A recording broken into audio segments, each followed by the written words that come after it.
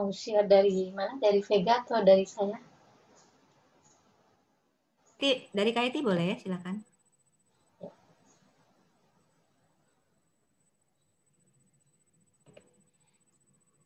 Kak Vega yang bisa bacakan? Oke, iya. Ini dibacakan nanti atau sekarang mungkin Pak Edi? Dibacakan sekarang dulu nggak apa-apa? Oh, oke. Moderator kita yang kedua adalah Bapak Mawardin Simpala, lebih dikenal dengan Pak Ardi Simpala. Beliau lahir di tahun 74, sekarang bertinggal di daerah Depok. Beliau adalah pasca sarjana dari Master Environment Program Department of Socio-Spatial Analysis dari Wageningen University di Belanda. Beliau adalah sarjana teknik pertanian juga dari jurusan Teknologi Pertanian, Fakultas Pertanian dan Kehutanan dari Universitas Hasanuddin.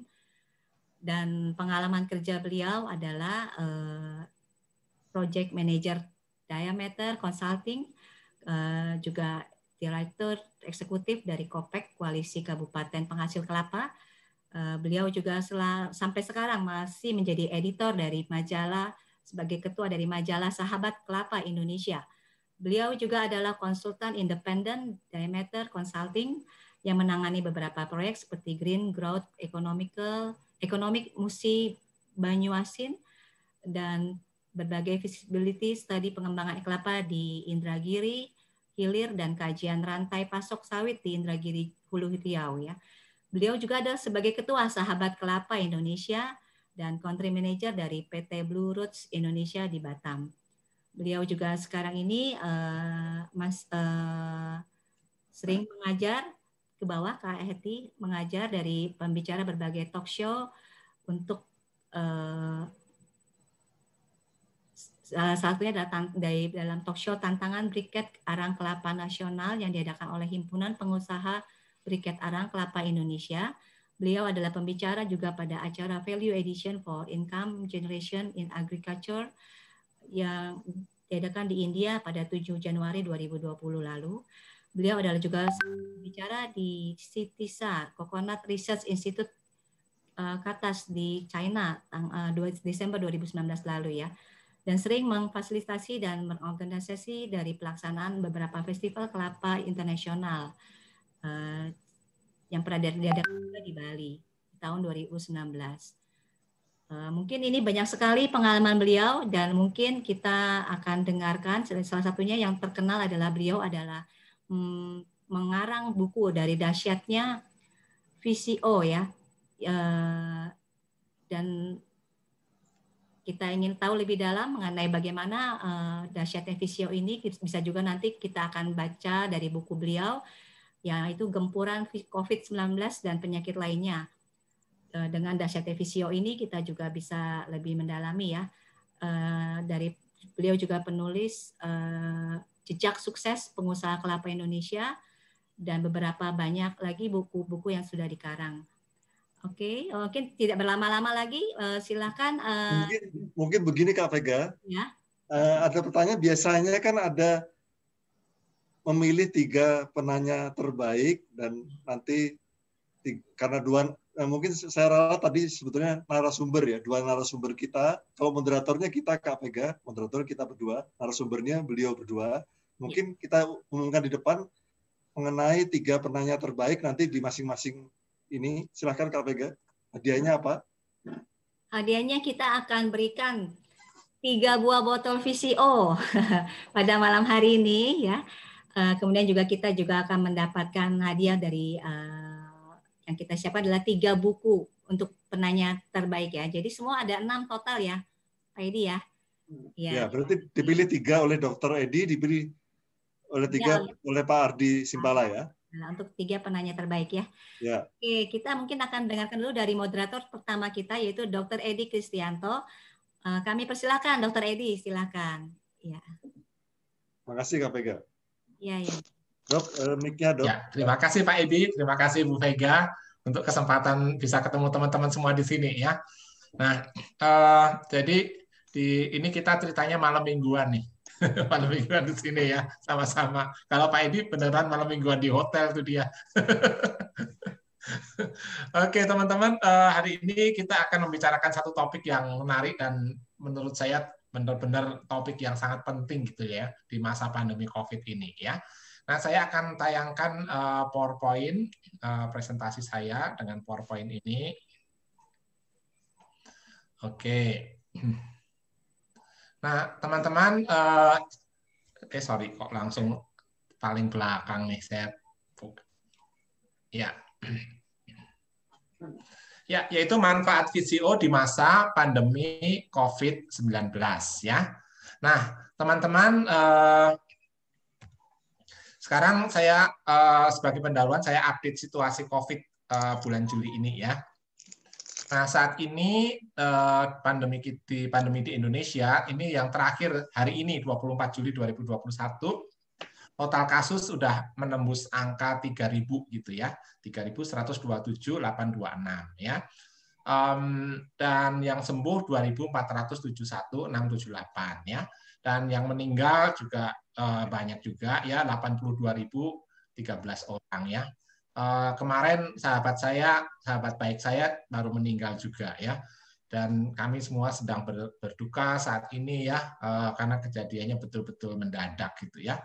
Nah, teman-teman ini situasi sekarang, dan kalau kita lihat dari tahun 2020 sampai sekarang gitu ya, mulai bulan Maret ini tendensinya itu meningkat itu cukup besar di tahun 2021 ini teman-teman ya. Dan bulan Mei, Juni ini, terutama Juli ya, itu peningkatannya itu sangat dahsyat gitu ya, total kasusnya ya. Ini karena masuknya diperkirakan ini karena masuknya varian baru yaitu varian Delta, sehingga yang jauh lebih menular gitu ya. Nah, dan kemudian pemerintah memperlakukan PPKM ya. Ini kalau teman-teman lihat kasus positif corona harian yang warna orange ini ya, sejak diberlakukannya PPKM ya, ini sekarang cenderung turun ya, cenderung turun kasusnya ya. Jadi saya lihat kita bisa lihat PPKM-nya cukup berhasil ya. Biarpun demikian kita tetap harus waspada ya teman-teman ya. Dan kalau kita lihat kasus 10 provinsi dengan kasus prevalensi itu jumlah penderita COVID yang tertinggi ya, itu Jakarta masih menduduki peringkat pertama nih ya. Jakarta disusul Kalimantan Timur, Jogja dan seterusnya ya. Ini makanya Pak Edi ngungsi ke Bandung tuh, jalan-jalan ke Bandung ya, menghindari spot yang banyak ini. Nah, jadi rata-rata Indonesia 1.137, Jakarta 7.313 per 100.000 orang ya. Ini datanya. Dan saya ingin menyampaikan juga mengenai virus corona varian Delta ya. Ini pertama kali ditemukannya itu di India, di Maharashtra ya, di India pada Oktober 2020 ya. Dan kemudian menyebar ke seluruh India ya dan dunia, dan kematiannya cukup besar nih waktu terjadi di India itu. Mulai kekosongan obat, waktu itu oksigennya mereka juga kesulitan dan sebagainya lah, yang nggak disangka-sangka waktu varian Delta ini muncul ya. Dan di Jakarta 90% penularan ini disebabkan oleh virus corona varian Delta ini ya. Dan varian Delta ini lebih menular, namun tidak lebih mematikan. Jadi mematikannya sih bukannya tidak mematikan ya teman-teman ya, tidak lebih mematikan ya dibanding varian-varian yang sebelumnya ya. Biarpun demikian dia lebih cepat menular ya. Dan gejala awalnya itu berbeda dengan yang lama ya. Kalau yang varian-varian yang sebelumnya ya tahun 2019, 2020 itu rata-rata gejala awalnya itu panas gitu badannya, demam gitu ya. Namun varian Delta ini rupanya nggak ada gejala seperti itu kebanyakan gitu ya. Gejala awalnya itu sakit kepala gitu, sakit di tenggorokan gitu ya, sakit nelen gitu ya. Kemudian pilek, batuk kayak flu biasa lah, dan tidak selalu ada demam seperti itu ya. Namun kemudian waktu gejalanya itu kalau nggak ditangani dengan baik ya bisa memburuk ya, dan waktu di swab ternyata positif COVID begitu ya. Jadi teman-teman gejalanya ini seringkali tersamarkan nih varian Delta ini ya. Nah, sekarang kita lihat mengenai potensi herbal di Indonesia ya. Nah, Indonesia ini memiliki potensi bahan alam itu yang berlimpah ya, lebih dari 30.000 spesies tanaman di Indonesia itu ya.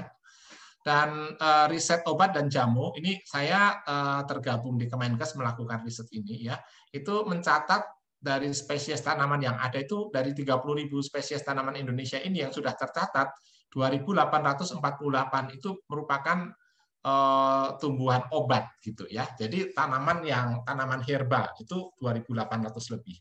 Nah, sebagai pembanding di teman-teman tahu TCM ya, Traditional Chinese Medicine itu ya. Kalau teman-teman kalau di Jakarta kalau ke Glodok gitu ya, kita beli herbal Cina ya. Itu karena variasinya banyak. Nah, sebagai perbandingan ya, Traditional Chinese Medicine itu jumlah herbalnya itu 2.000 jenis. Nah, Indonesia lebih banyak nih, 2.848 ya. Karena climate kita rainforest dan sebagainya, nggak ada musim dingin dan sebagainya, sehingga herbalnya itu variasinya lebih banyak gitu ya. Nah, itu tersebar pada 405 etnis atau suku ya di 34 provinsi seluruh Indonesia. Jadi semua provinsi itu rata-rata punya herbal ya. Dan ini tentunya ini memberi peluang besar untuk dimanfaatkan sebagai terapi adjuvan COVID-19 ya. Apa itu terapi adjuvan? Terapi adjuvan itu artinya pelengkap ya. Jadi obat-obat seperti antivirus gitu ya dan sebagainya itu tetap diberikan, tapi ini dilengkapi dengan herbal. Itu hasilnya akan jauh lebih baik ya. Dan ini yang kami lakukan di Tawangmangu, kami melakukan riset bersama Kementerian Kesehatan ya untuk saintifikasi jamu atau herbal Indonesia ya. Ini banyak dokter-dokter yang dilibatkan, saya salah satunya di sini. Dan berikut saya ingin menyampaikan mengenai penelitian menyangkut VCO ini ya. Mungkin nanti Pak Ardi bisa lengkapi juga gitu ya. Jadi teman-teman para peneliti di berbagai belahan dunia ini masih terus berupaya menemukan obat dan herbal untuk mengatasi virus corona atau COVID-19 ya.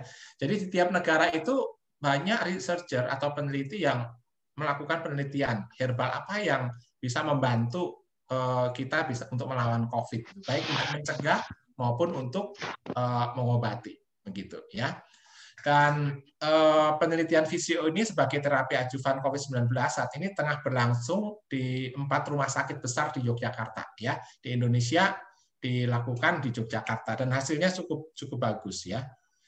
Dan BPOM itu menetapkan 14 herbal Indonesia yang diteliti untuk COVID-19 ya. Kebanyakan penelitian belum selesai, namun hasil sementara menunjukkan hasil-hasil yang sangat baik ya. Ini ada 14 herbal Indonesia yang dipakai ya. Nah, salah satunya ini VCO ya. Nah, kalau yang Rea Helton ini itu essence dan Helton oil ini penelitian dari Armenia sebetulnya. Tapi kemudian profesornya datang ke Indonesia, saya ketemu juga profesornya, dan Rea ini akhirnya diproduksi dengan cara yang sama di Indonesia. Di Armenia hasilnya sangat bagus ya. Dan sekarang dipakai di Indonesia ya, dan hasilnya juga bagus ya. Dan ini produk-produk yang lain teman-teman bisa baca macam-macam ya, itu 14 yang memiliki potensi melawan virus COVID ya, yang masih dalam penelitian oleh BPOM. Nah, salah satunya VCO ya. Nah, sekarang kita lihat potensi VCO atau virgin coconut oil ya. Dan VCO ini diekstrak dari santan, dibuatnya dari santan kelapa tanpa proses pemanasan ya. Kalau yang pakai proses pemanasan itu nanti jadinya cooking coconut oil salah satunya ya. Dan VCO ini dalam hal melawan COVID maksud saya, ini kaya dengan medium chain fatty acid ya, yang memiliki kekuatan membunuh virus corona ya, medium chain fatty acid. Nah, kalau teman-teman cek di lab ya, ini bisa di lab. Misalnya di Sukovindo atau di Saraswanti yang di Bogor itu ya, rata-rata berkisar 40 sampai 52 medium chain fatty acid. Makin tinggi makin bagus ya. Dan ini bagaimana sih cara VCO ini melawan atau membunuh virus corona ya? itu VCO ini mengandung tadi medium chain fatty acid ya. Di dalam tubuh medium chain fatty acid akan dirubah menjadi asam laurat. Nah, teman-teman tentunya masih ingat ya, salah satu yang disarankan untuk melawan COVID yaitu cuci tangan pakai sabun, ya kan? Cuci tangan pakai sabun. Nah, kenapa pakai sabun? Karena sabun itu mengandung asam laurat yang bisa menghancurkan dinding sel virus. Jadi dinding selnya dihancurkan sehingga virusnya mati ya. Nah, sabun itu memiliki asam laurat ya. Nah, tapi teman-teman jangan coba-coba minum sabun ya untuk melawan virus ya. Bukan begitu caranya ya. Nah, asam laurat juga terdapat pada VCO yang hasil dari perubahan medium chain fatty acid ini ya. Dan VCO-nya kita bisa minum ya. Dan asam laurat ini dalam tubuh akan dibongkar lagi menjadi monogliserida monolaurin ya. Monogliserida monolaurin ini dia bisa merusak dinding sel virus gitu ya. Dinding virus corona hancur, akhirnya virusnya mati. Begini yang terjadi ya. Nah, ini adalah virus coronanya, teman-teman ya. Di dalamnya itu ada RNA, yang RNA ini yang akan merusak sel-sel tubuh kita sehingga sel tubuh kita tuh hancur ya, dan dia bisa bermultiplikasi jadi banyak gitu ya. Dan di luarnya ini itu ada lipid membran ya. Lipid membran ini kapsulnya yang melindungi si virus ini ya. Mana yang dihancurkan oleh asam laurat monogliserida monolaurin tadi, yaitu lipidnya ini. Dia bisa memporak-porandakan lipidnya ini sehingga selnya pecah, teman-teman ya, sehingga hancur ya. Nah, ini seperti ini ya. Yang biru-biru ini adalah asam lauratnya ya, seperti itu ya. Ini merusak ini dinding selnya ini ya, sehingga selnya terbelah, RNA-nya ikut hancur seperti itu ya. Dan ini mekanisme kerja dari VCO ya. Dan penelitian di Jogja meskipun belum selesai tapi sudah memberikan data-data yang cukup bagus ya. Ada yang signifikan, ada yang tidak signifikan ya. Yang signifikan apa? Menurunkan D-dimer. D-dimer itu untuk pengentalan darah, teman-teman ya. Jadi salah satu yang akibat dari COVID itu darah orang yang menderita itu bisa menggumpal. Nah, sehingga sirkulasi darah ke jantung, ke paru, ke otak atau ke organ-organ tubuh terganggu. Darahnya tidak bisa jalan ya. Seperti itu ya. Nah, itu bisa ternyata penelitian itu menunjukkan D-dimer itu bisa dicek di laboratorium ya. Ternyata D-dimernya itu bisa turun ya, bisa membaik dengan pada orang-orang yang mengkonsumsi VCO dibandingkan dengan yang tidak mengkonsumsi VCO ya. Yang kedua adalah penurunan ferritin. Ferritin ini zat besi yang ada di dalam darah ya. Nah, dari mana asalnya ferritin? Ternyata ada mekanisme kedua pada si virus itu, virus corona itu, dia menghancurkan sel darah merah. Ya, pada waktu sel darah merahnya hancur, orang itu jadi sesak. Kenapa sesak? Karena oksigen itu dari paru-paru kan dibawa ke seluruh tubuh ya, itu menggunakan hemoglobin atau sel darah merah itu yang ada dalam sel darah merah. Jadi kalau sel darah merahnya hancur oleh si virus, meskipun dikasih oksigen, tetap nyesek dia, karena oksigennya tidak bisa dibawa oleh darah tadi gitu ya. Dan dari mana kita taunya sel darah merahnya hancur atau tidak? Itu kalau ferritinnya tinggi. Jadi pada waktu hancur zat besinya dikeluarkan, terdetekkan. Jadi kalau makin banyak ferritin artinya makin banyak sel darah merah yang hancur. Nah, jadi pada waktu orang-orang yang menderita COVID di Jogja ini diberikan VCO, itu ternyata ferritinnya turun. Artinya jumlah sel darah yang hancur itu kurang begitu ya.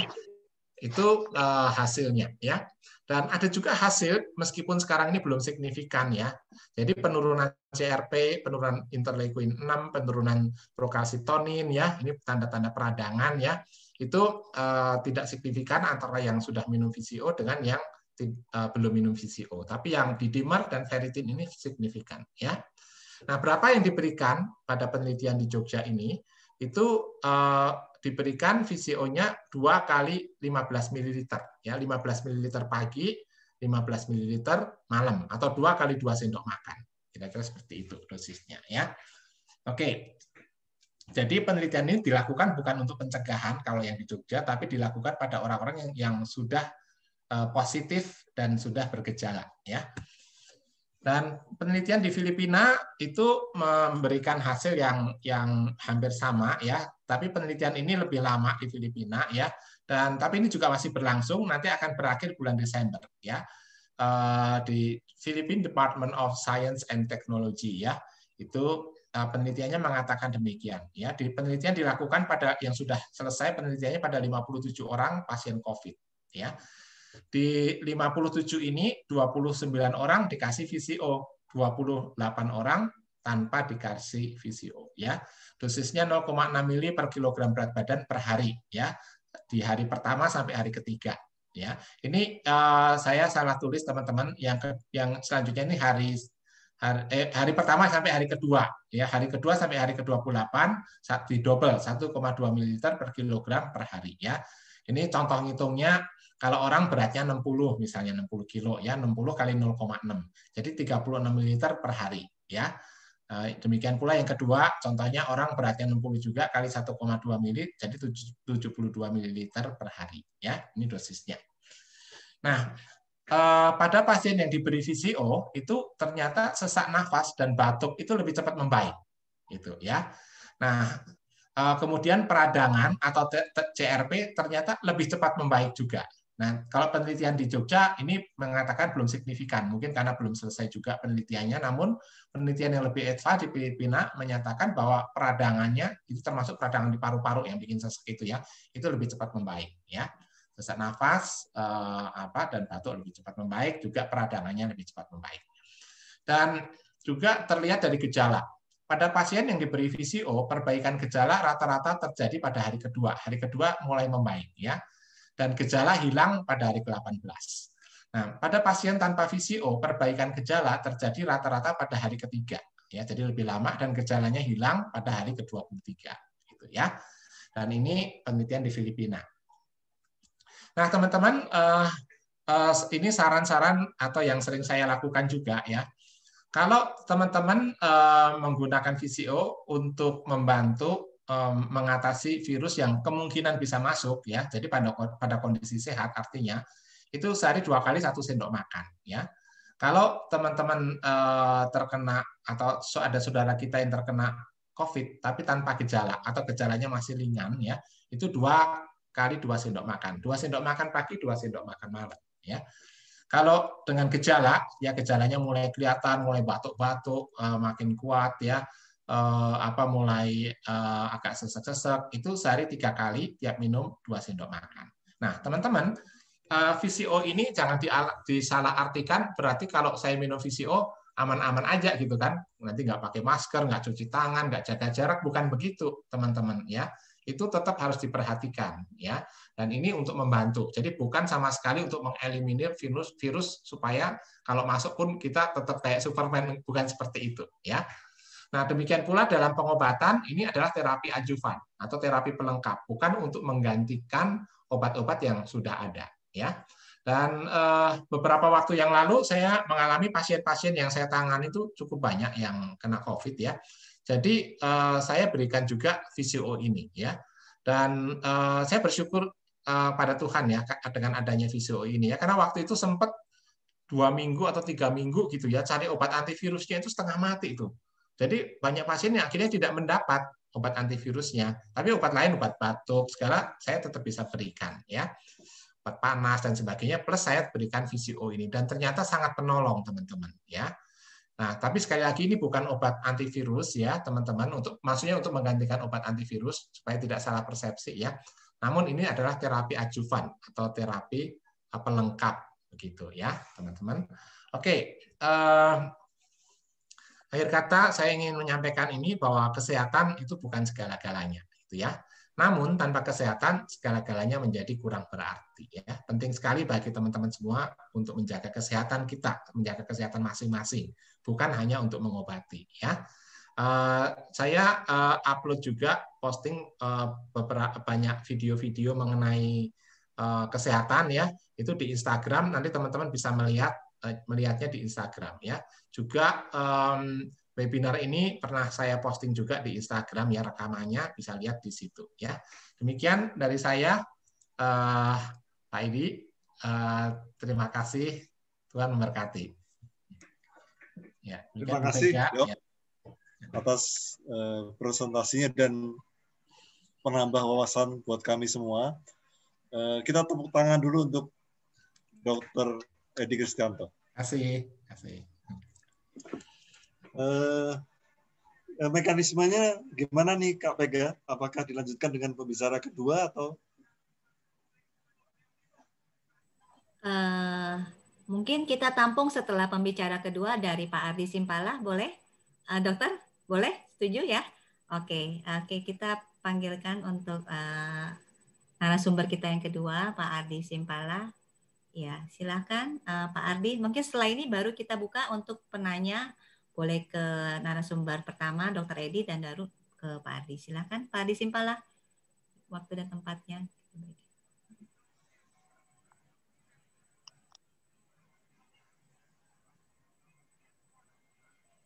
Masih di mute, Pak Ardi, suaranya? Belum kedengeran. Oke, silakan, Pak.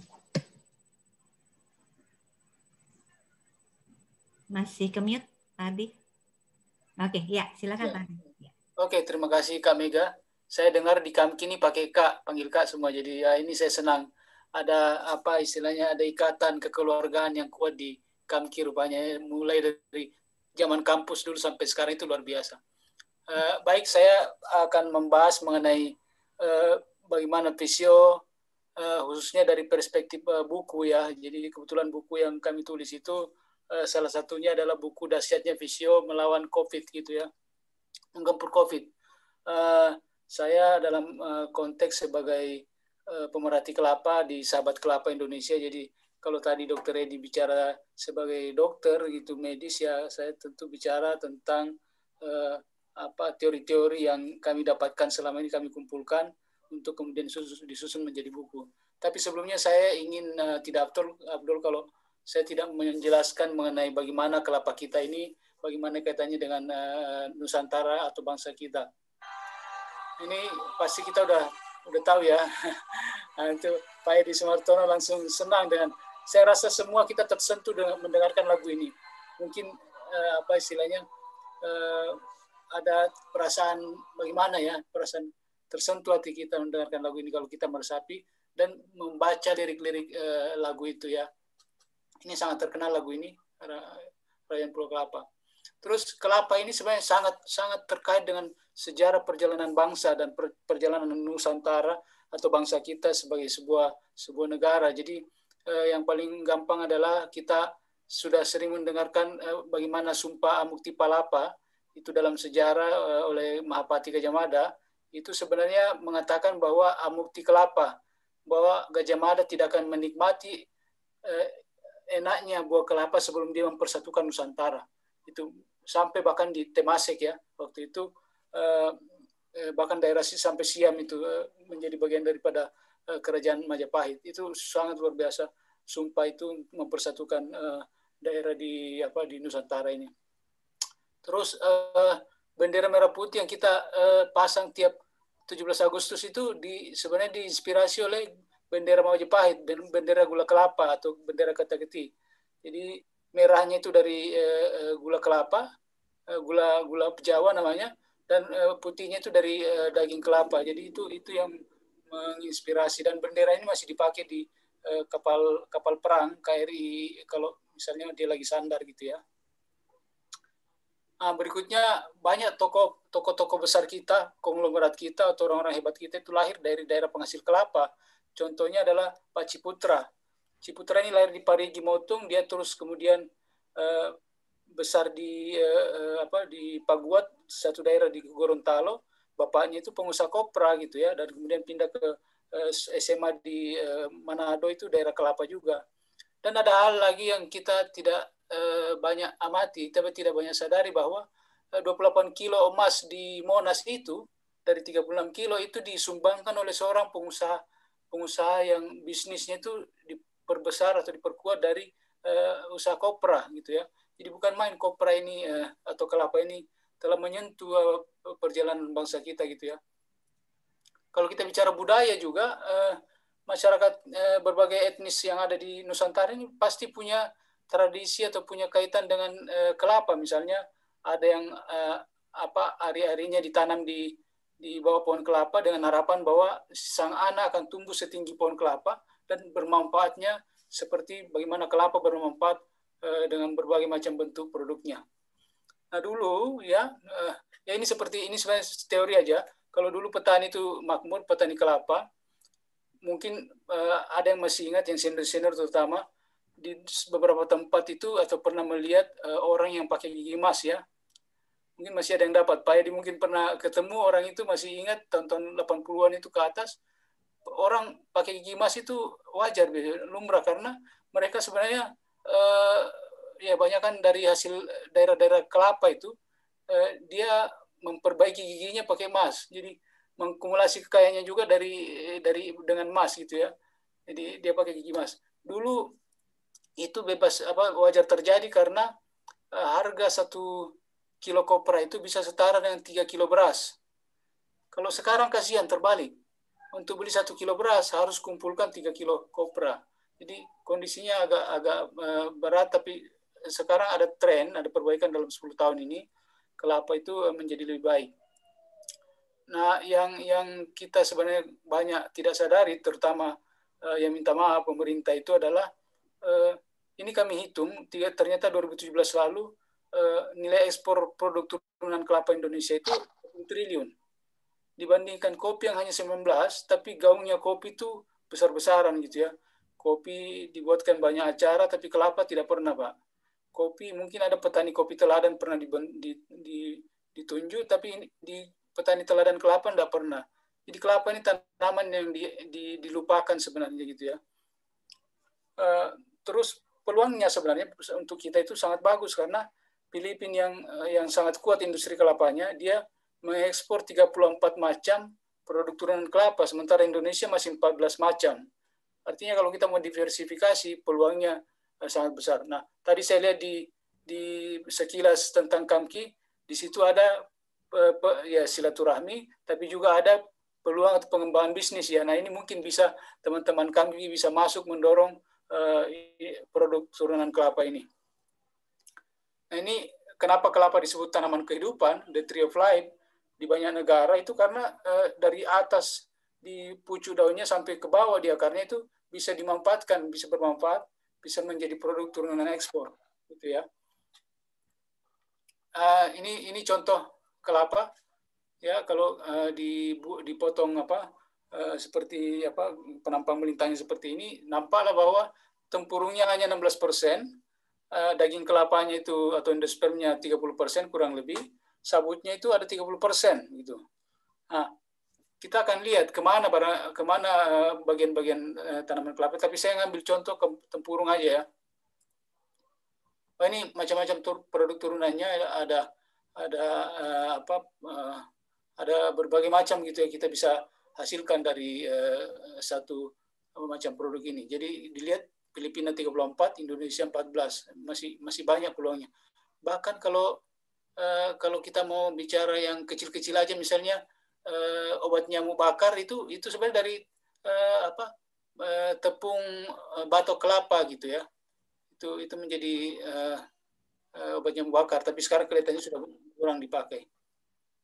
Nah, sayangnya selain pemerintah atau kita tidak sadar bahwa kelapa ini sudah berkontribusi menyumbang 30 triliun rupiah untuk ekspor kita masih sering bilang Indonesia negara penghasil kelapa terbesar dunia.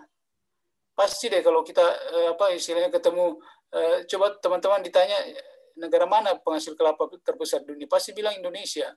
Bahkan di Kementerian Pertanian pun masih begitu. Nah, padahal sebenarnya itu bukan seperti itu lagi. Jadi kalau dari segi jumlah buahnya, besar buahnya, itu kita sudah dilampaui oleh India di tahun 2012. Ya, India produksi 24 miliar butir, kita 16 miliar butir pada ini 2016 ya, peta dibuat oleh Tetra Pak. Sedangkan kalau dari segi luas lahan, kita bukan lagi, karena itu luas kebun kita saat ini diakui oleh Kementerian Pertanian itu hanya 3,4 juta hektar. Sementara Filipina berhasil planting atau meremajakan kelapanya itu menjadi 3,65 juta hektar. Jadi sangat besar bedanya ya gitu. Nah, ini ya India itu sebenarnya dari 2012. Data ini diambil dari International Coconut Community. Seperti ini ya, 30. Jadi ada sekitar 250 ribu hektar perbedaannya selisihnya. Tapi kalau kami di Sahabat Kelapa Indonesia itu bukan 3,4 juta hektar, itu kami sinyalir bahkan jauh di bawah itu sebenarnya. Cuma dilaporkan untuk angka-angka yang cukup untuk menghibur aja. Nah, keadaan hilir kelapa kita mungkin kita nggak sadar bahwa 3-4 miliar butir kelapa kita itu diekspor ke Thailand, Malaysia, dan ke Hainan. Nah, kenapa? Di tiga negara ini industri kelapanya berarti maju. Industri santannya, industri tepung kelapanya itu sangat maju, berkembang. Sehingga ngambil bahan baku di kita. Itu yang patut disayangkan ya. Di Pontianak, mungkin kalau pernah ke Pontianak, di tahun 80-an itu ada sekitar 30 pabrik minyak kelapa, tapi sekarang udah nggak ada lagi yang terbuka. Masih ada terakhir 1 atau 2 pabrik yang beroperasi, tapi sudah buka tutup gitu ya. Nah, ini harusnya kita bangkit dari keterpurukan, bergerak dari krisis kelapa kita ini. Ini mungkin pengusaha juga yang bisa mendorong ini ya. Nah, kemudian masuk ke publikasi Visio tentang Visio di Indonesia. Kami nulis buku itu berdasarkan buku-buku yang pernah ada sebelumnya gitu ya. Kami membaca buku-buku yang ada sebelumnya bahwa itu tidak banyak dan rata-rata tipis gitu. Tidak komprehensif, sangat spesifik. Jadi paling tebal itu ya sekitar 100 halaman gitu. Nah, kita butuh buku yang komprehensif, yang lengkap, membahas tentang Visio. Nah, kami kumpulkan buku ini dengan berbagai merek Visio waktu itu. Kemudian kami selesaikan itu tahun lalu pada saat COVID pertama. Jadi kita nggak bisa kemana-mana. Saya bilang ada juga hikmahnya kita bisa menyelesaikan buku ini. Nah, bukunya seperti ini terbit. Ini sebenarnya sangat komprehensif. Selain mengutip kalau Dr. Edi kan punya kapasitas untuk bicara secara medis. Nah, kalau kami tidak, jadi kami hanya mengutip. Harusnya kami tadi bicara di depan, harusnya kenal Dr. Edi sebelumnya sehingga mungkin bisa mengutip beliau. Mungkin nulisnya juga dengan Dr. Edi, tapi ya udah, tidak apa-apa, mungkin bisa untuk berikutnya. Ya, jadi kami lakukan juga webinar-webinar yang cukup banyak. Ada beberapa seri yang menghadirkan para guru-guru besar yang sangat mendukung Visio untuk kesehatan ini atau untuk COVID ini. Ini ada satu buku juga, ini bisa dicari dan bisa di-download online, ini e-book. Saya tidak kenal penulisnya, tapi Pak Andreas Hermawan itu ini disebarkan secara gratis, bisa diakses, dan beliau bercerita tentang begitu banyaknya penyakit ini di sebelah kiri ini yang bisa disembuhkan oleh Visio, gitu ya. Jadi nampaknya beliau juga mengambil beberapa bahan termasuk dari buku-buku Trubus ya, seperti itu. Nah, ini tren Visio di Indonesia. Ada trennya ya, itu sebenarnya masuk ke Indonesia itu di akhir 2000 sebenarnya ya, di akhir 90-an, mulai awal-awal 2000 itu dibawa oleh pengusaha Indonesia yang kebetulan ke Amerika Serikat, itu bisnis trip ke sana. Di sana dia dapat dia bilang miracle oil gitu ya. Miracle oil, dia bilang kok ada miracle oil gitu. Dia sengaja bawa, dia iseng beli, dia bawa ke Indonesia. Ternyata di Indonesia bilang ini sebenarnya minyak kelapa, tapi ya memang diproduksi di Filipina karena Filipina kan memang pasar ekspornya itu di Amerika ya. Dia bilang waktu itu kita juga bisa bikin. Nah, mulailah berkembang pada saat itu, diperkenalkan bagaimana Visio itu dengan, kalau nggak salah, penelitian pertama itu atau pelatihan pertama itu di 2003 oleh Dr. Bambang Setiaji di UGM Yogyakarta yang baru pulang S3 dari Inggris. Dia teliti itu, sehingga dia mulai lakukan pelatihan dengan beberapa orang sehingga itu berkembang. Nah, kami buat grafiknya. Ini grafik ini kami ambil dari liputannya Trubus. Trubus itu di tahun-tahun 2004 sampai 2007 itu turun di 2007. Puncaknya di 2005 sebenarnya gitu ya. Jadi itu banyak sekali dimuat artikel-artikel tentang visio di majalah Trubus. Kemudian kelihatan ada 3 gelombang ini sebenarnya gitu.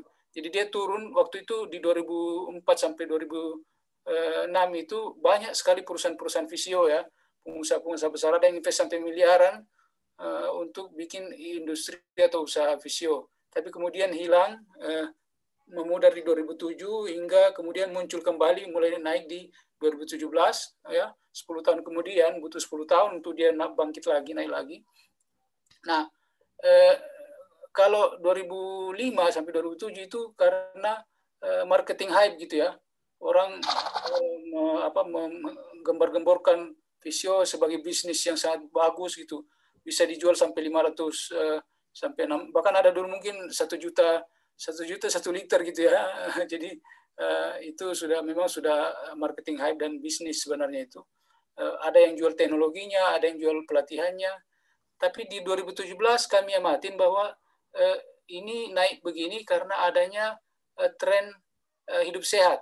Ya, ada diet ketogenik, ketofastosis gitu. Jadi kelompok inilah yang mengangkat kembali visio.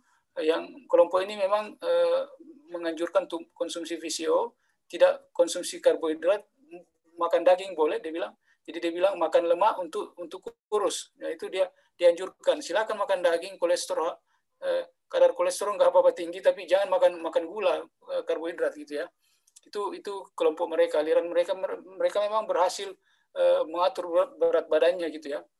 Nah, kemudian turun lagi sedikit di 2019 dan kemudian naik lagi di 2020.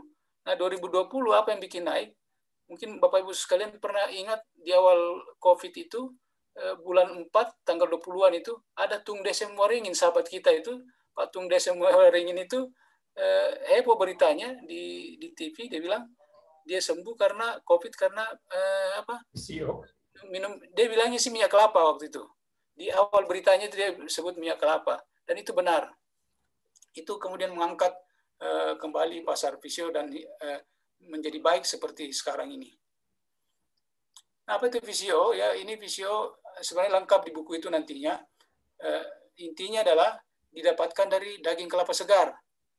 Kalau CCO, coconut cooking oil seperti barco, ikan dorang, mangga 2, itu diperas dari kopra gitu ya.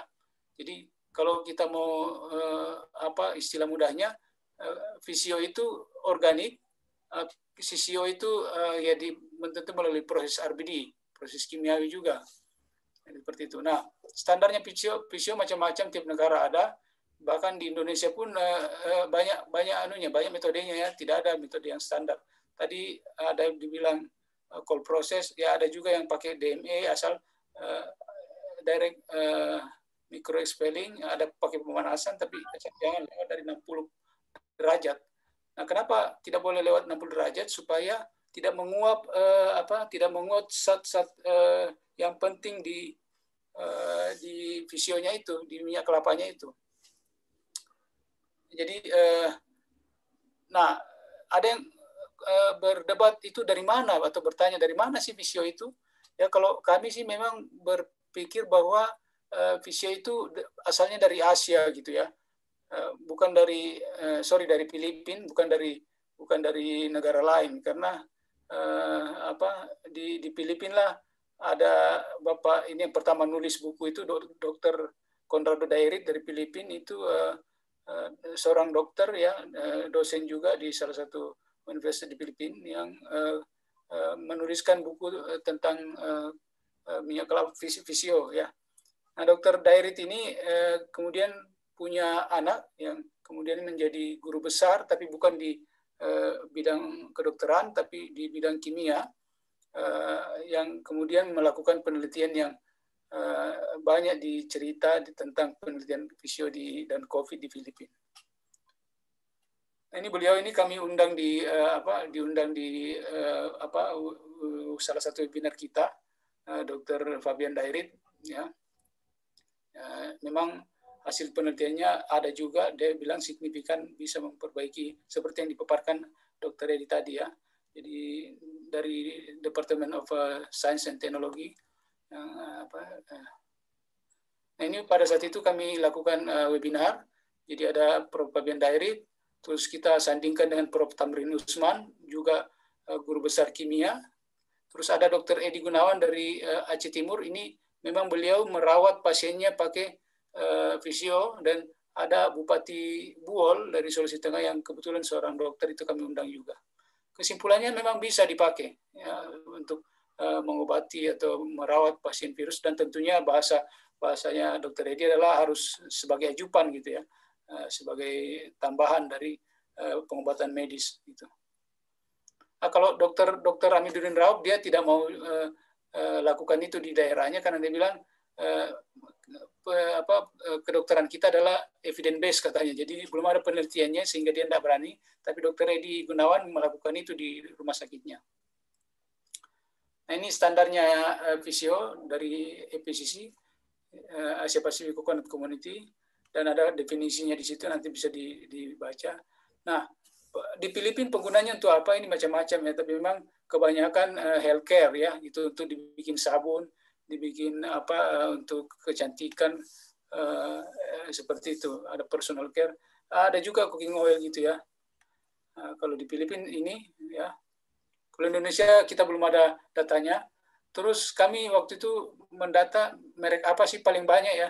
Nah memang di survei ini Juni 2020, tentunya sekarang udah berbeda lagi. Kalau dulu ada Valen itu nomor 10 sebelah kanan, kami lakukan survei, menyebarkan kuesioner, terutama untuk calon peserta webinar, itu ada nomor 10 Valen, tapi sekarang tentu udah berubah, udah naik gitu ya.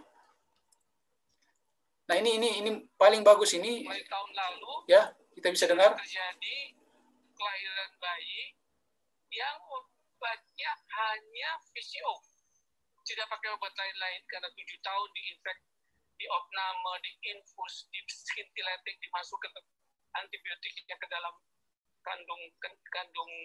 kandungan, termasuk istri saya memasukkan obat itu sehari 2 kali selama 10 hari, infeksi itu tidak pernah kunjung hilang. Secara klinis obat yang termahal yang ada di pasaran sudah dipakai.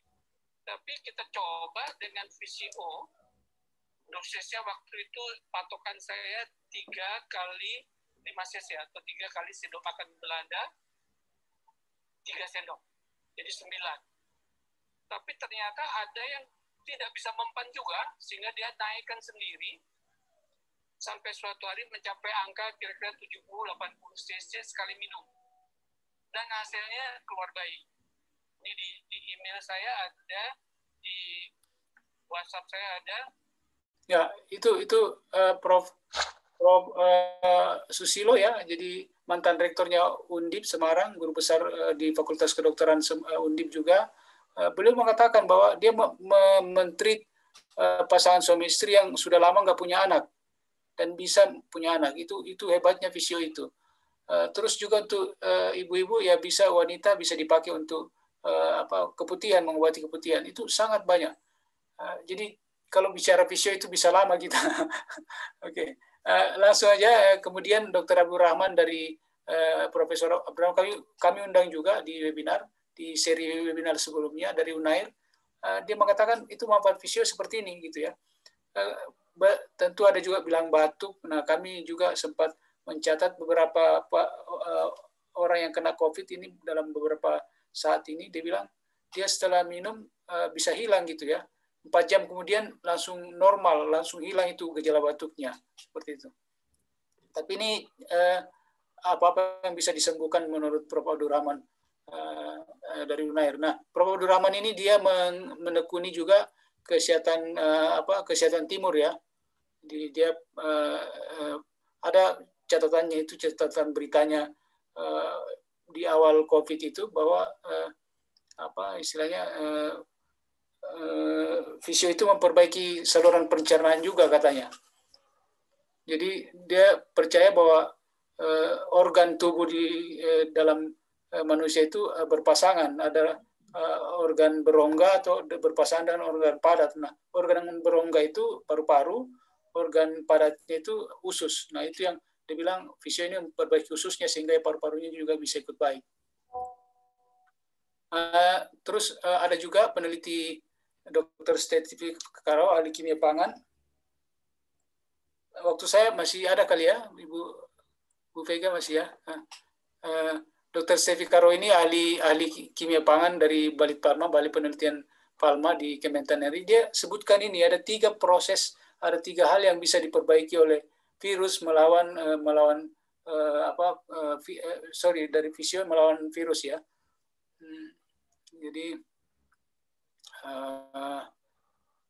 Jadi ALRM ini MFCA, medium chain fatty acid ya.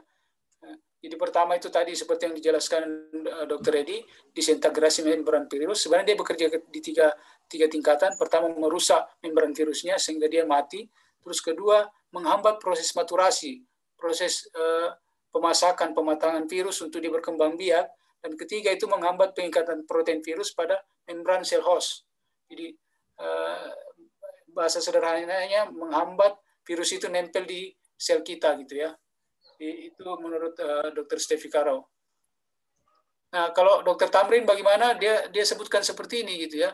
Jadi kalau kita konsumsi medium fatty acid, medium chain fatty acid itu kita akan asam laurat itu kita akan memperoleh kekuatan gitu, karena di hati itu diurai menjadi lemak ini diurai menjadi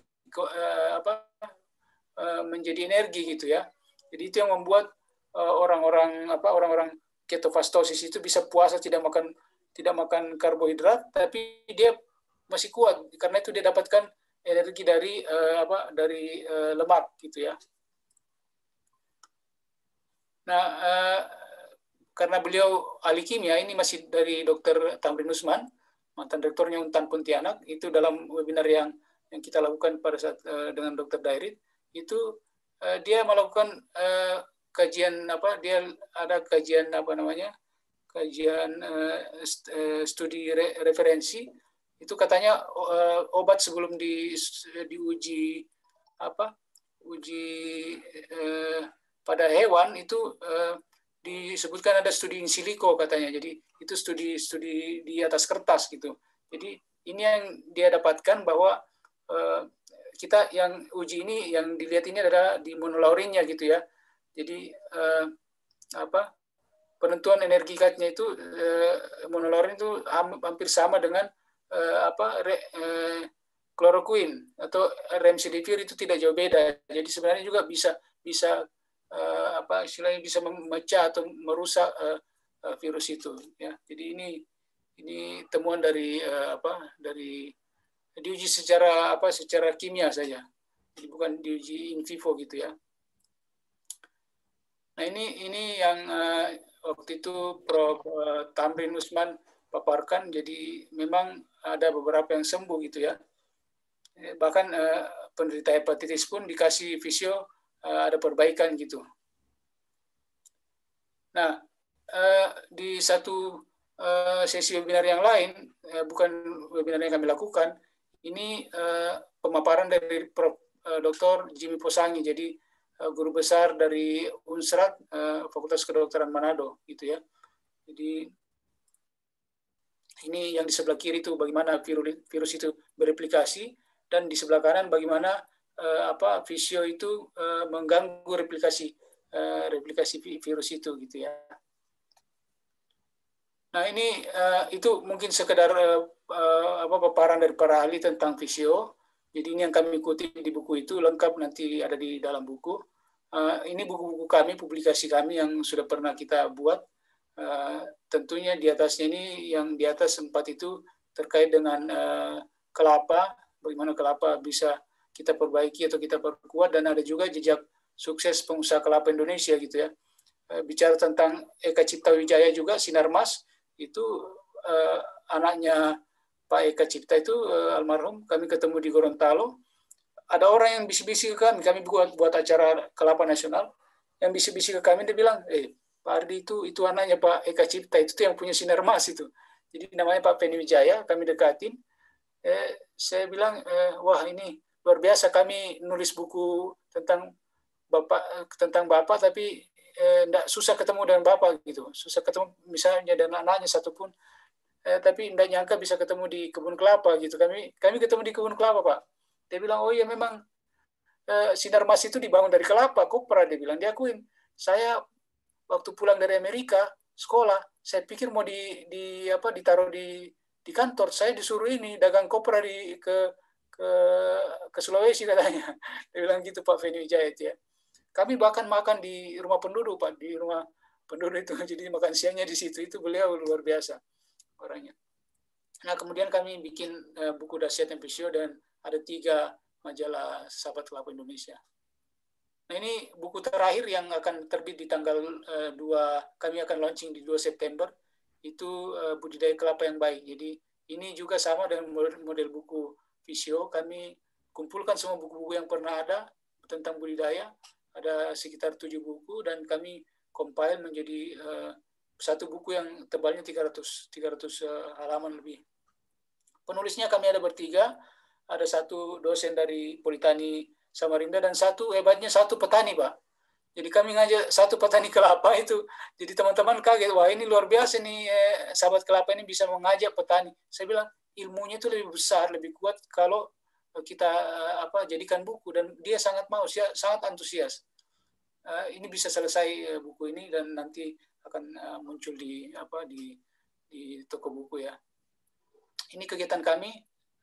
Dan ini Festival Kelapa pertama internasional di Tembilan Indragiri 2017 lalu. Terus kami pindah ke Dabo, Lingga, itu 1 tahun berikutnya. Terus setelah itu kami bikin di Karangasem, Bali pada tahun 2019, itu September juga, tanggal 2. Nah, kenapa tanggal 2 September? Karena tanggal 2 September itu dirayakan sebagai Hari Kelapa Dunia. Jadi negara-negara penghasil kelapa itu di luar negeri, di Filipina, di India, Sri Lanka, dan Thailand itu merayakan Hari Kelapa Dunia. Kita belum terbiasa, ini pertama kita bikin di tahun 2017 lalu. Nah, seperti ini sangat ramai waktu itu di Bali. Terakhir sebelum COVID datang ya, jadi 2020 hilang, nggak ada sama sekali, harusnya ada. Itu saja saya kira Bu Vega Savitri dan Pak Edi Sumartono. Terima kasih. Terima kasih Pak Ardi. Terima kasih. Luar biasa, ini pengetahuan kami meningkat pesat karena yang Bapak paparkan ini benar-benar menjadi hal yang basic, apalagi Bapak merangkum dari banyak buku sehingga kami rasa-rasanya dapat semua malam ini. Tentang kelapa aja kami sudah dapat, apalagi VCO-nya juga. Nah, saya kira kita tepuk tangan untuk pembicara kita kedua, narasumber kita kedua, Pak Ardi, malam hari ini. Terima kasih, Pak. Untuk berikutnya, ini karena saya lihat pertanyaannya ada sudah di kolom chat, dan kemudian nanti bisa pertanyaan langsung. Mekanisme pertanyaannya gimana, Kak Vega? Karena ini saya lihat banyak sekali yang menanya, kita harus pastikan bisa dijawab semua, mudah-mudahan. Waktunya, silakan. Apa? VCO? Apa? Yang mau bertanya ya, silakan. Kocak.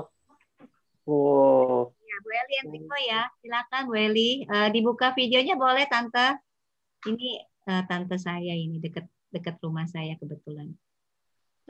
Tante Eli mau nanya ya? Halo, Tante Eli. Mungkin dimulai dengan yang di chat dulu, Kak Vega. Iya, boleh. Saya bacakan dulu, mungkin nanti langsung dijawab, baik dari narasumber pertama maupun yang kedua, boleh ya, nanti saling melengkapi gitu ya, Dr. Edi dan Pak Ardi ya. Saya bacakan dulu penanya yang sudah bertanya di kolom chat. Ini agak panjang nih, dari Ibu Leni Yulianingsi. Pertanyaannya sebagai berikut, Saya mau tanya, tadi dikatakan bahwa VCO dicanangkan menjadi salah satu herbal yang diteliti oleh ini BPOM. bagus. Apa mengenai minum minyak kelapa itu loh bisa hilang no COVID segala macam deh. Tante Eli. Oke, Tante, sebentar saya mute dulu ya. Oke, tadi pertanyaannya saya ulang ya. Tadi dikatakan bahwa VCO dicanangkan menjadi salah satu herbal yang diteliti oleh BPOM untuk COVID. Dan itu penelitiannya belum dinyatakan selesai. Seumpama nanti berhasil, pastinya pemerintah akan mengumumkan bahwa VCO ampuh menangani COVID. Bahkan sekarang saja banyak yang menggaungkan bahwa VCO ampuh menangani COVID. Seperti testimoni dari Tung Desem, munculnya buku Pak Ardi dan tentunya bertebaran webinar tentang VCO dan COVID ya. Tentunya nanti merebak produsen VCO baru yang menjadikan fenomena ini menjadi peluang bisnis. Hal ini didukung dengan banyaknya tutorial video pembuatan VCO tradisional di YouTube. Yang mana video itu, dari video tersebut mudah dipraktekkan oleh setiap orang. Sedangkan setahu saya, setahu Ibu Leni, bahwa VCO harus dibikin berdasarkan standar ICC Codex SNI. Tentunya memenuhi standar itu tidak mudah. Dan tantangan terberat dari Indonesia adalah tidak ada standarisasi metode pengolahan VCO. Bagaimana Bapak melihat fenomena ini nantinya dan solusinya untuk mengedukasi masyarakat nanti, karena posisi sekarang video VCO banyak sekali yang muncul di YouTube. Silakan dari Dr. Edi maupun Bapak Ardi menanggapinya dari pertanyaan Ibu Leni Yulianingsih, silakan. Ya, makasih Bu Vega.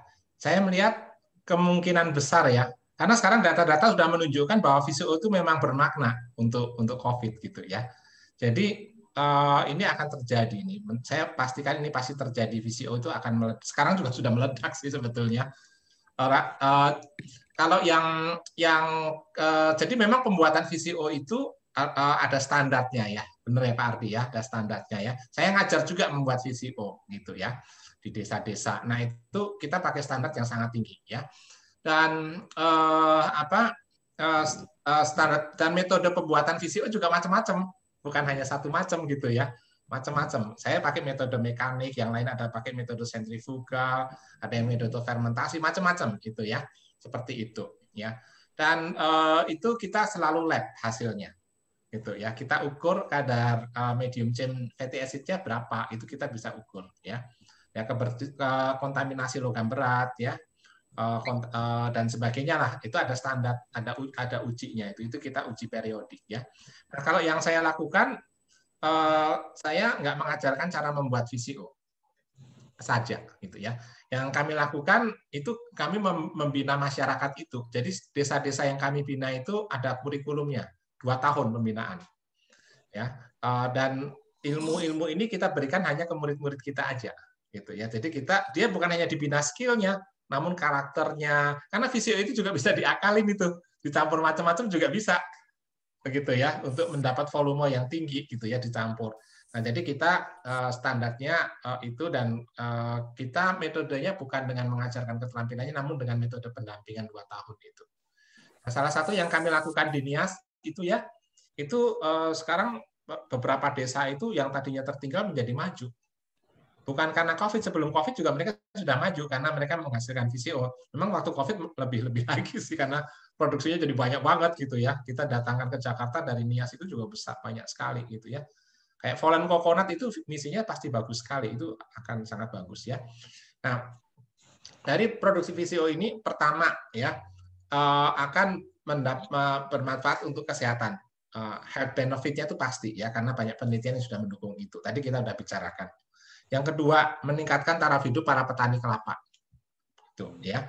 Yang ketiga, meningkatkan taraf hidup orang-orang yang membuat VCO-nya, manufacture-nya. Tapi ada juga yang ketiga, memberikan penghasilan yang bagus untuk para distributornya. Sekarang ini kan banyak apa ya, orang-orang yang di PHK gitu ya, atau yang usaha sendiri income menurun ya karena masalah COVID ini. Kenapa nggak mulai usaha VCO aja? Paling kalau di kota jangan bikin VCO. Biayanya nggak akan ini, maksudnya harga jualnya jadi tinggi sekali, kelapanya aja harganya berapa gitu kan. Nah, tapi teman-teman yang di kota mendistribusikan VCO itu sangat bagus, bisa nolong banyak orang, sekalian bisa berbisnis. Dampaknya besar itu. Ya, itu yang akan terjadi nanti. Ya, Ya, terima sudah. kasih, Dokter. Pak Ardi, mungkin ada tambahan? Memang dengan menjamurnya VCO ini banyak produsen-produsen baru ya yang mereka baru belajar. Sebenarnya sih tidak masalah, tapi memang karena ini pangan, ini dikonsumsi, memang harusnya diatur ya, karena kita nggak tahu sanitasinya, higienisnya ya. Jadi orang-orang yang baru-baru mau bikin ini yang kita harus sebenarnya awasi dengan baik. Pemerintah itu harus mengawasi.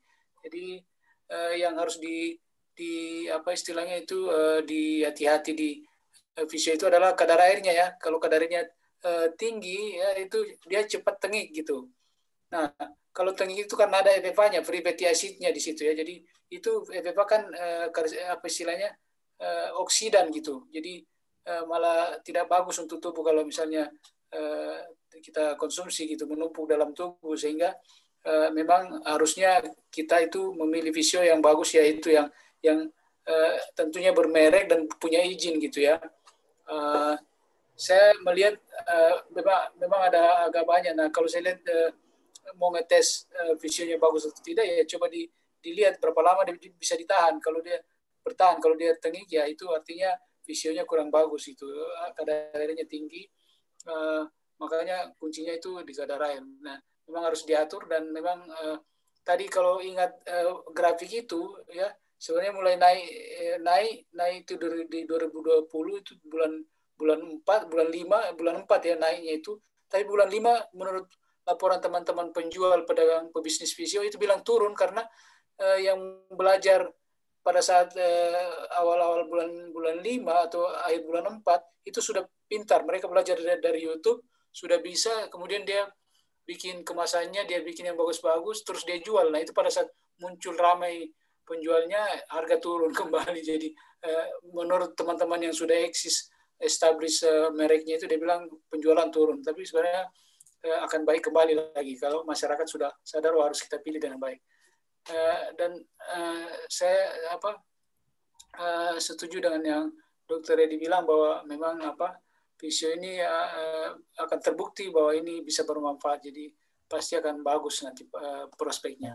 Dan yang perlu kita pahami betul yang Dr. Edi bilang, jangan produksi di kota, itu harus kita produksi di desa penghasil kelapa. Kalau mau produksi, coba datang ke daerah di mana pabrik. Mungkin teman-teman tahulah kalau merek Kara ya, merek Kara, santan Kara, itu dibikinnya di Riau, di Indragiri Hilir. Di sana itu harga kelapa, kalau tadi Pak Dr. Edi bilang di Nias 2.500, ya di sana mungkin bisa 2.200 atau 2.000, di bawah itu kalau kita dapatkan tempat yang pas, yang tidak bisa diakses oleh tidak bisa diakses oleh grup atau jaringan supplier dari santan Kara.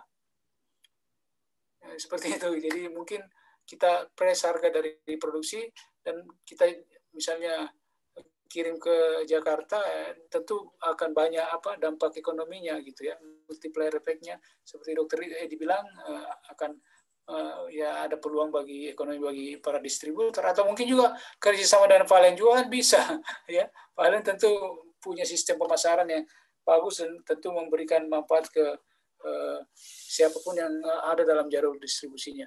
Begitu, KPK. Terima kasih, Pak Ardi. Ya, Bro Edi, kita lanjut lagi pertanyaan kedua. Silakan KPK. Okay. Karena banyak sekali pertanyaannya, jadi harus beruntun ini. Tidak bisa satu penanya kita, Bu Leni, kita anggap sudah puas ya, Bu Leni. Oke, kita lanjut dengan penanya kedua dari Kak Rini. Kak Rini mungkin boleh mau langsung bicara? Bu Rini. Oh, enggak deh. Dibaca aja. Terima kasih. Dibacakan aja. Oke, saya bacakan ya. Dokter mau tanya apa saja manfaat dari VCO. Apakah bisa menurunkan kolesterol LDL dan menaikkan kolesterol HDL?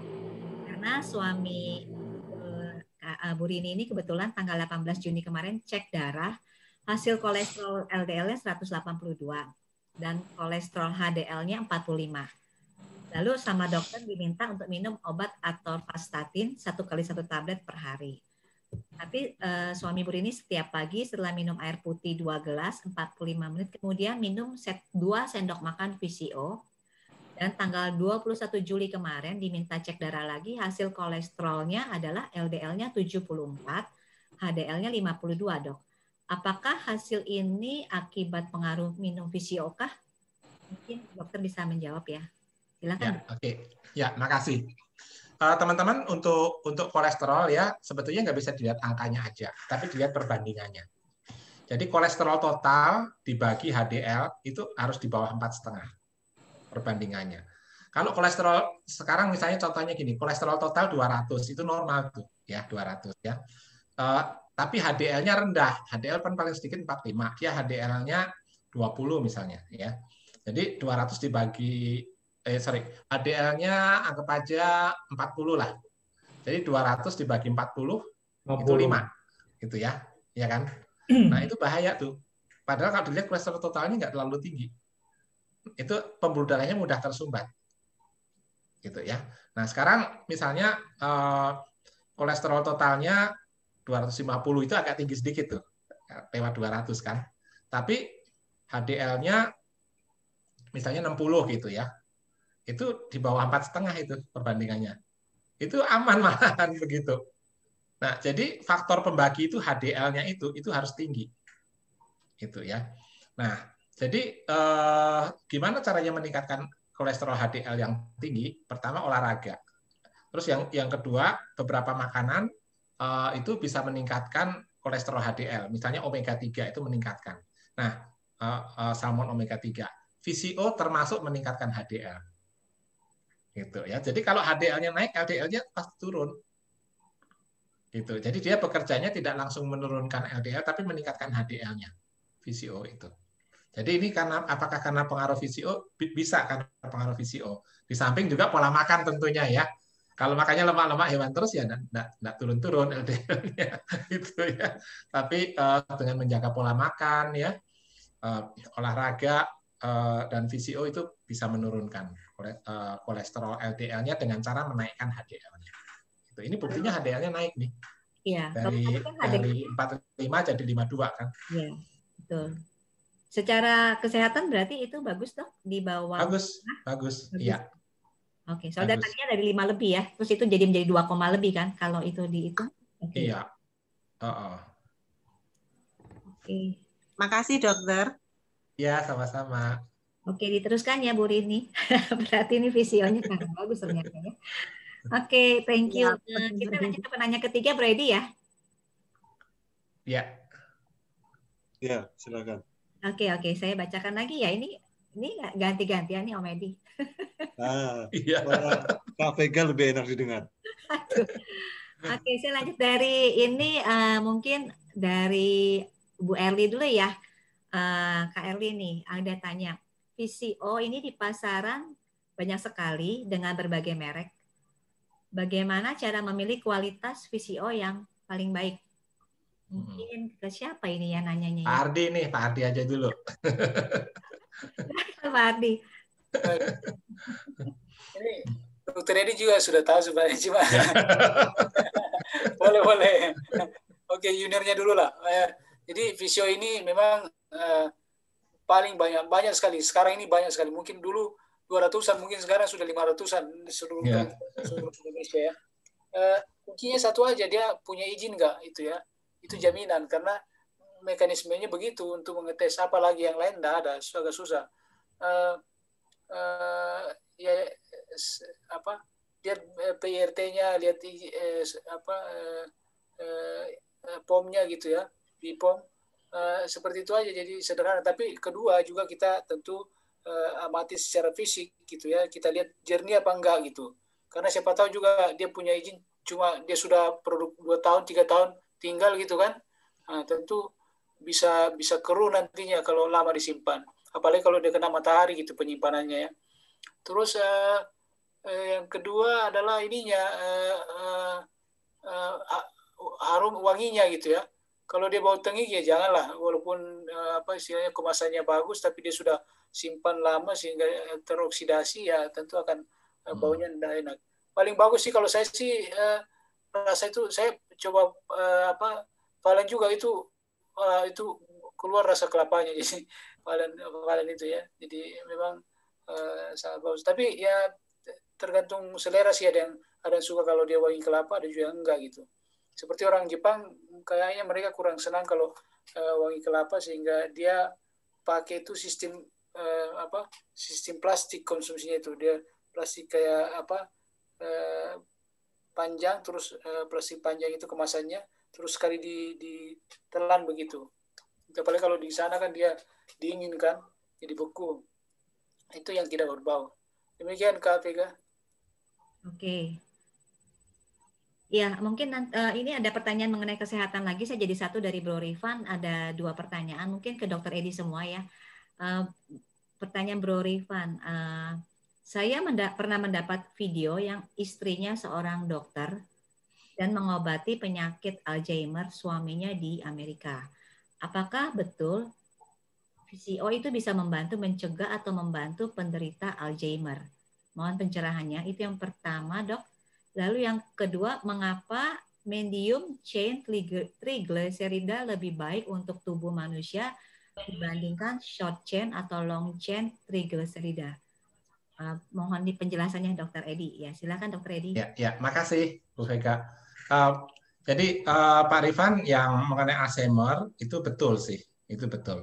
Jadi otak itu mendapatkan energi ya, itu bisa dari glukosa, gula ya, nomor 1. Jadi makanya kalau orang kadar gulanya turun, misalnya dia orang diabetes gitu, udah minum obat, lupa, tadi udah minum belum ya, lupa gitu kan, minum lagi obatnya dia kan. Nah, itu bisa pingsan tuh. Kenapa? Karena kadar gulanya terlalu rendah, otaknya nggak dapat tenaga, gitu kan. Tenaga untuk otak tuh gula, gitu ya. Nah, tapi ada yang kedua nih, sumber tenaga yang kedua itu trigliserid. Trigliserid itu sebetulnya juga gula yang berupa lemak.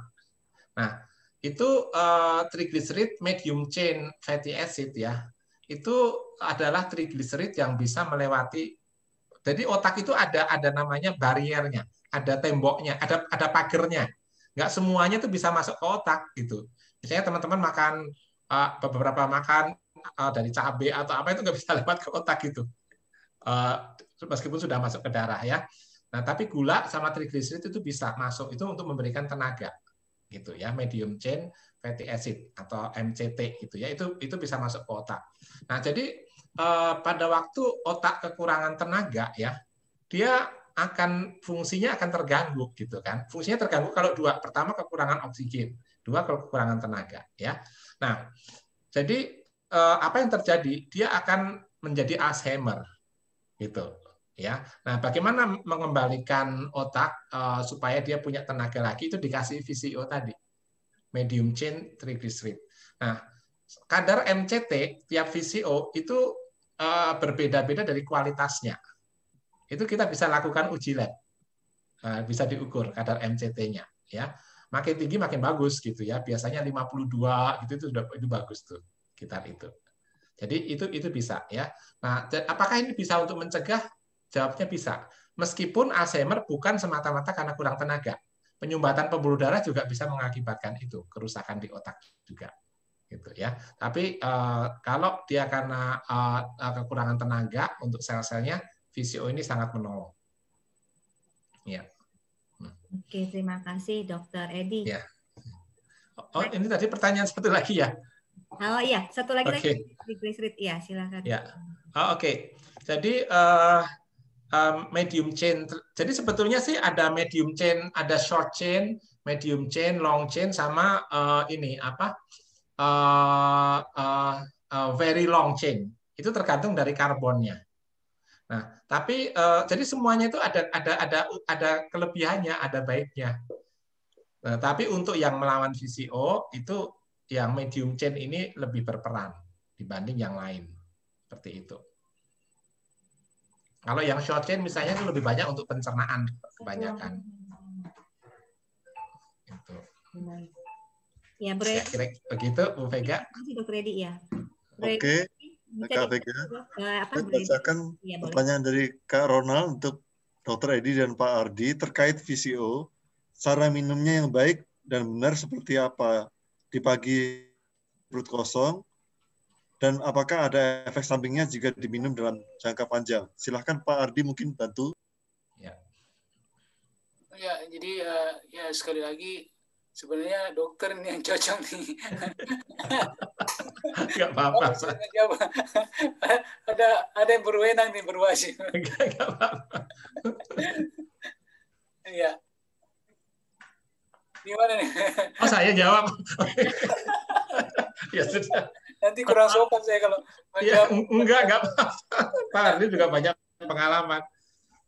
Itu enggak ada masalah perut kosong atau perut isi. Justru pada orang, takutnya kan nanti perut kosong sakit mah kali minum VCO. Enggak juga. Justru banyak orang sakit mah minum VCO membaik karena terlapisi dinding lambungnya itu. Gitu ya. Jadi enggak ada masalah perut kosong atau perut isi ya. Ya mungkin saya hubungkan satu lagi ini, saya lupa sehubungan dengan makannya ini. Teman-teman tahu ya mengenai vitamin D ya. Vitamin D itu erat hubungannya dengan kekebalan tubuh ya. Jadi orang-orang yang makan vitamin D tubuhnya lebih lebih kuat melawan virus COVID. Makanya vitamin D tidak boleh rendah. Karena orang-orang yang vitamin D-nya rendah kena COVID itu menjadi parah kebanyakan. Itu ya. Jadi banyak penelitian mengatakan demikian. Nah, vitamin D itu kalau kita konsumsi bersama VCO itu penyerapannya lebih tinggi.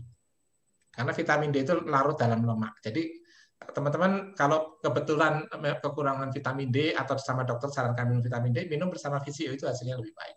Boleh sebelum makan, boleh setelah makan, nggak ada masalah. Ya. Baik, dokter. Ini ada satu lagi untuk Pak Ardi masih dari Kak Ronald.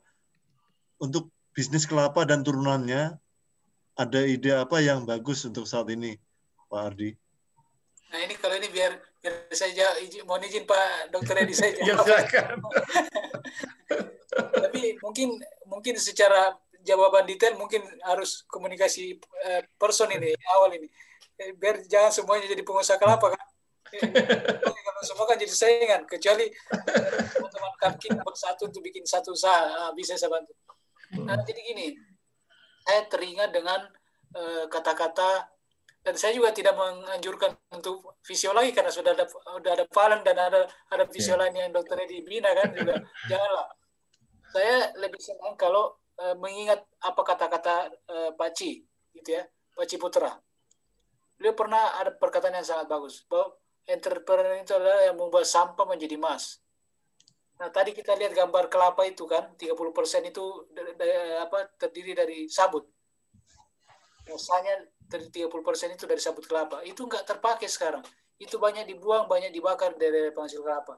Itu numpuk di kebun petani, menggunung, melapuk, itu terbuang seperti padahal ini uang gitu ya. Ini bisa dibuat macam-macam, coco fiber, bisa untuk kasur, jok, ya. Atau jadi ini Pak Ronald senang ini. Mudah-mudahan bisa jadi bisnis ini Pak. Bisa jadi kokopit kan sekarang Israel itu pertaniannya sangat kuat, itu pakai kokopit gitu ya, ambilnya dari India. Jadi kokopit itu memperbaiki tekstur tanah ya, dan kedua memperkuat daya serap atau kemampuan serap tanah terhadap air. Jadi kalau lahan tandus, daerah kering dipakai kokopit, kita pakai air sedikit aja dia bisa tahan itu, ngikat air. Jadi tidak menguap. Jadi itu hebatnya kokopit, dan dari 30% sabut kelapa itu di buah kelapa, 30% sabutnya, fibernya, seratnya yang bisa dibikin jok itu, dan 70% kokopitnya. Nah, harganya itu nanti boleh kita inilah kontak-kontak harganya berapa. Jadi kita japri ya, Pak Ardi ya. Siap Pak Ronald ya. Terima kasih Pak. Mudah-mudahan bisa. Sukses Kamki. Oke, terima kasih banyak nih infonya Pak Ardi. Cukup puas ya, Bro Ronald? Yes. Ya, cuman itu satu lagi yang dari Dokter Edi belum terjawab ya. Sekarang kembali ke Dokter Edi. Kalau konsumsi jangka panjang. Ya, jangka panjang. Dengan obat-obatan kimia terkait. Kalau betul. Ini terus menyambung juga dari Kak Daniel mengenai cold press dan cara pembuatannya sendiri nih yang masih kurang jelas, gimana? Silakan, Dok. Oh ya, teman-teman, untuk obat-obat kimia tidak ada interaksi dengan VCO, jadi aman, ya. Bahkan akan meningkat penyerapan pada vitamin D, ya. Jadi nggak, apakah perlu diberi jarak? Sebetulnya nggak usah sih. Nah, obat-obat yang menimbulkan interaksi adalah yang menimbulkan interaksi dengan obat-obat kimia itu kebanyakan yang mengandung alkohol. Nah, VCO tidak mengandung alkohol, jadi itu aman, gitu ya. Terus apalagi tadi ya, Pak? Membuat Berapa jam? Jangka panjang. Oh, jangka panjang tidak ada efek samping nggak? yang merugikan, nggak ada. Oh. Nah, jadi aman, iya. Bisa over triglycerid nggak nanti di dalam tubuh? Oh, enggak. Dia beda sama triglycerid yang ada di darah, beda. Oh, oke. Tidak akan over, ya. Oke, thank you Bro Ronald. Ya. Lanjut pertanyaannya Om Edi ya. Enggak, untuk pertanyaan berikutnya karena ada Kak Rifan, silakan langsung aja tanya Kak Rifan, biar kita nggak baca tulisannya. Oke, Bro. Biar dijadikan satu pertanyaan Kak Rifan, silakan Kak. Nanti baru ke pertanyaan Daniel lagi ya, tadi kayaknya masih belum. Oke. Oh. Kak Rifan, silakan.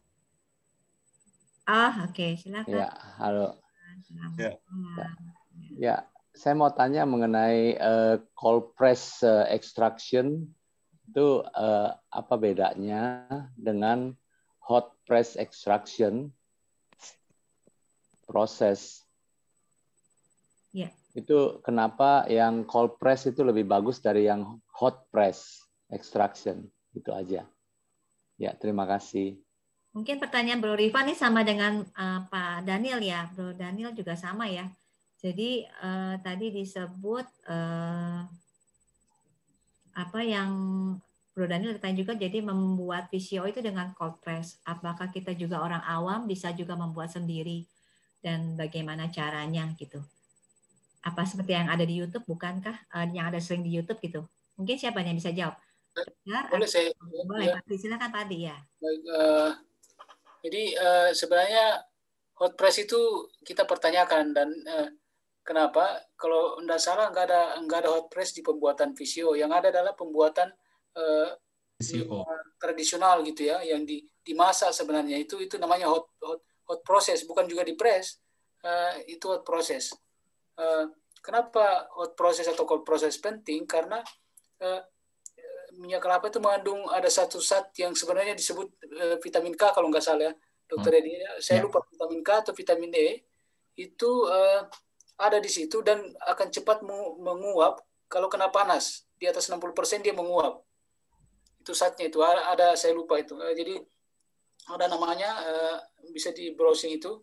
Kalau dia di atas 60% dia menguap habis. Berarti tidak ada vitaminnya kalau dia hilang kan. Nah, itulah pentingnya sebenarnya proses dingin. Karena ada juga DME, proses panas, yang pakai panas, direct microexpelling, itu dipanaskan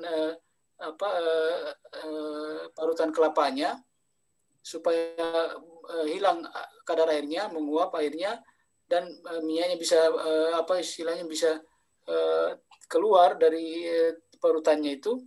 Tapi jangan lebih dari 60 derajat itu. Jadi proses itu sebenarnya mungkin karena proses semua kol sebenarnya ya, kalau mau dapatkan karena ada juga fermentasi sebenarnya itu kol juga gitu ya. Tapi fermentasi kan kadar airnya tinggi itu cepat dingin kalau fermentasi.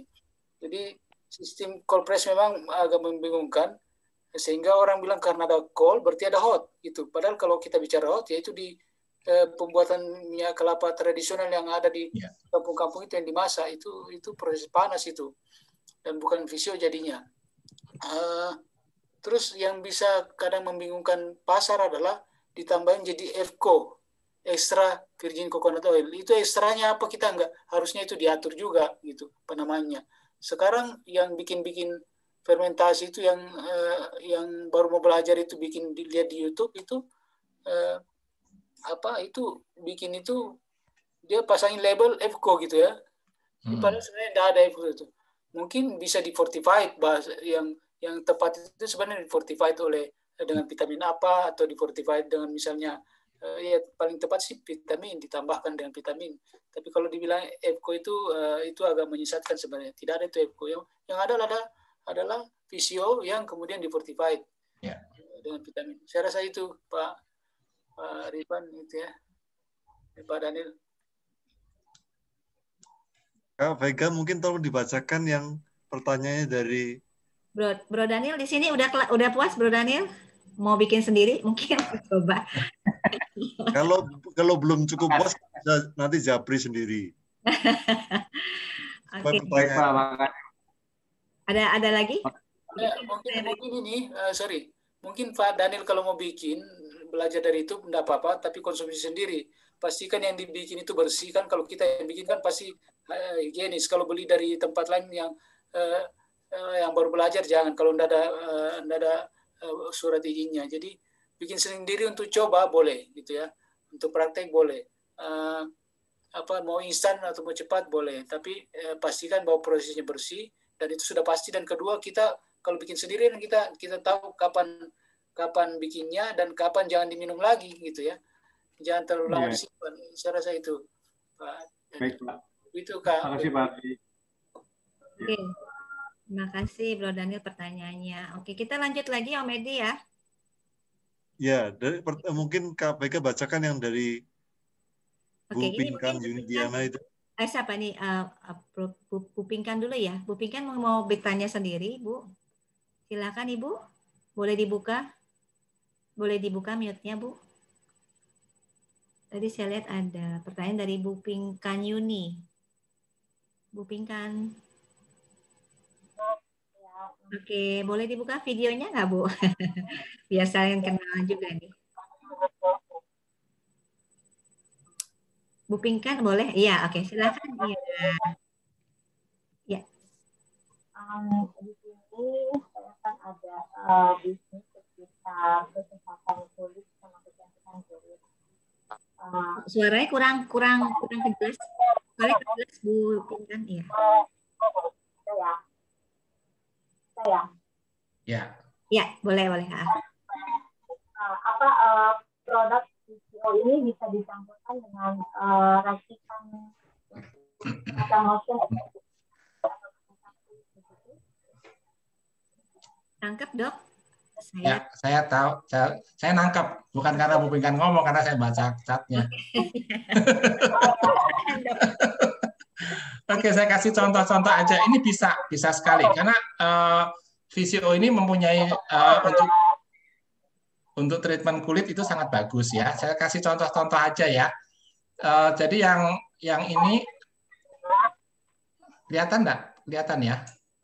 Iya, kelihatan Dok. Ya, ini Fresh Lip, ini produk dari murid-murid saya ya, saya ajarkan. Ini menggunakan VCO. Ini lipstick alami. Nggak pakai bahan pewarna. Jadi saya campurkan menggunakan lilin lebah, VCO dan buah merah Papua untuk mewarna merahnya, gitu ya. Kalau pakai lipstick kan orang suka lama-lama bibirnya biru tuh karena pewarnanya meresap ke situ. Kalau pakai ini enggak, gitu ya. Terus, sorry saya salah mencet. Jadi ini salah satunya yang kita bisa campurkan. Terus ini body butter ya, tahu ya body butter ya untuk kulit kering ya. Ini kami buat dari VCO juga dan essential oil ya. Terus sampai ini sampo anjing saya bikin dari VCO juga. Sampo anjing kan lebih mahal dari sampo manusia kan. Anjing saya itu samponya 3 kali lipat sampo saya itu harganya. Itu pakai VCO itu megar dia dan bulunya lebih terawat, mengkilat, nggak rontok gitu ya. Ini kami bikin juga. Terus yang ini yang kayak kerang ini ya. Yang kayak kerang ini bukan kerang beneran, ini sabun ini ya. Sabun garam. Ini saya menggunakan VCO dan garam ya. Ini untuk jerawat. Jadi kita pakai bentuk kerang karena sabun garam gitu. Nah, ini beberapa contoh aja ya, masih banyak lagi yang lain yang kami buat dengan menggunakan VCO. Itu bisa ya. Itu sangat bisa. Gitu. Yang di tangan saya ini saya tadi baru ngajar kita bikin body lotion. Body lotion, nggak kelihatan ya kalau di sini ya. Nih, body lotion ya. Ini menggunakan VCO juga ya untuk perawatan kulit. Dan itu sangat bagus, bisa dibuat. Begitu Bu Pinkan kira-kira? Suaranya masih ke mute, Bu. Sorry, ya. Oke, terima kasih. Ada lagi Bu Pinkan? Cukup Bapak untuk informasinya. Oke, terima kasih. Terima kasih, Bu. Oke, kita masih ada lagi penanya berikut. Om Edi ya? Dari Sebetulnya juga ada pertanyaan untuk Pak Ardi. Iya. Jadi Pak, saya tuh tadi agak terkejut dengan datanya Bapak soal kita kalah sama India dan kita kan kalah sama India dan Filipina soal kelapa. Padahal kalau kita lihat kelapa itu kan banyak tumbuh di pesisir pantai. Betul, Pak. Dan pulau Indonesia ini kan paling banyak. Berarti panjang pantai kita paling banyak kan? Betul. Belum termasuk yang bukan di pantai. Ini yang agak saya bingung, terkejut karena dari kecil saya kan suka berlayar. Kalau berlayar itu kelihatan pohon kelapa itu senangnya bukan main, karena berarti udah mau nyampe. Nah, makanya saya bingung begitu Indonesia kok merosot kelapanya itu. Silakan Pak, mungkin dibantu nih Pak, supaya kita. Senang saya. Ternyata Pak Edi juga pemerhati kelapa ya pada berlayar. Jadi gini Pak, pertanyaannya bagus, poinnya kuat. Jadi tahun 2005 lalu ya, itu luas kelapa kita ini menurut laporan Kementerian Pertanian, Dirjen Bun ya, Direktorat Jenderal Perkebunan mencatat itu luas kebun kelapa kita itu 3,8 juta hektar, Pak. Berarti puncak tuh ya. Tapi kemudian sekarang 3,4. Nah, ini kenapa? Saya sebenarnya ada bahannya presentasinya, tapi mungkin nanti kita bisa bincang-bincang atau cari buku apa itu, buku kelapa itu yang ada tadi. Itu di situ data-datanya sangat kuat. Yang jelas di tiap kabupaten itu sudah dipetakan bahwa tiap daerah itu ada namanya kebun rusak, tanaman rusak, TR.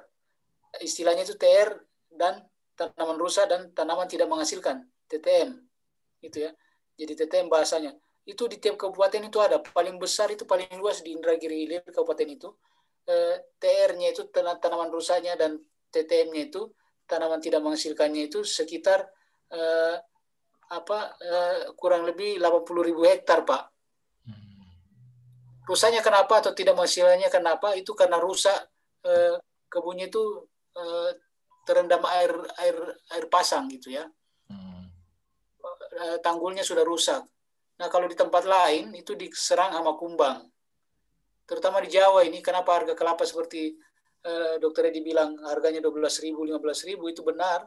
Karena kelapa di Jawa ini banyak yang hancur, Pak. Kenapa banyak hancur? Itu diserang hama wangung. Kumbang tanduk gitu ya. Jadi kalau dia sudah masuk ke pucuknya kelapa itu, dia matikan kelapa itu. Mati. Fotonya itu kalau lihat dari jauh itu udah kelihatan bahwa itu mati gara-gara kumbang itu. Dan kenapa bisa di Jawa banyak? Karena Jawa ini kan banyak bahan organik, Pak.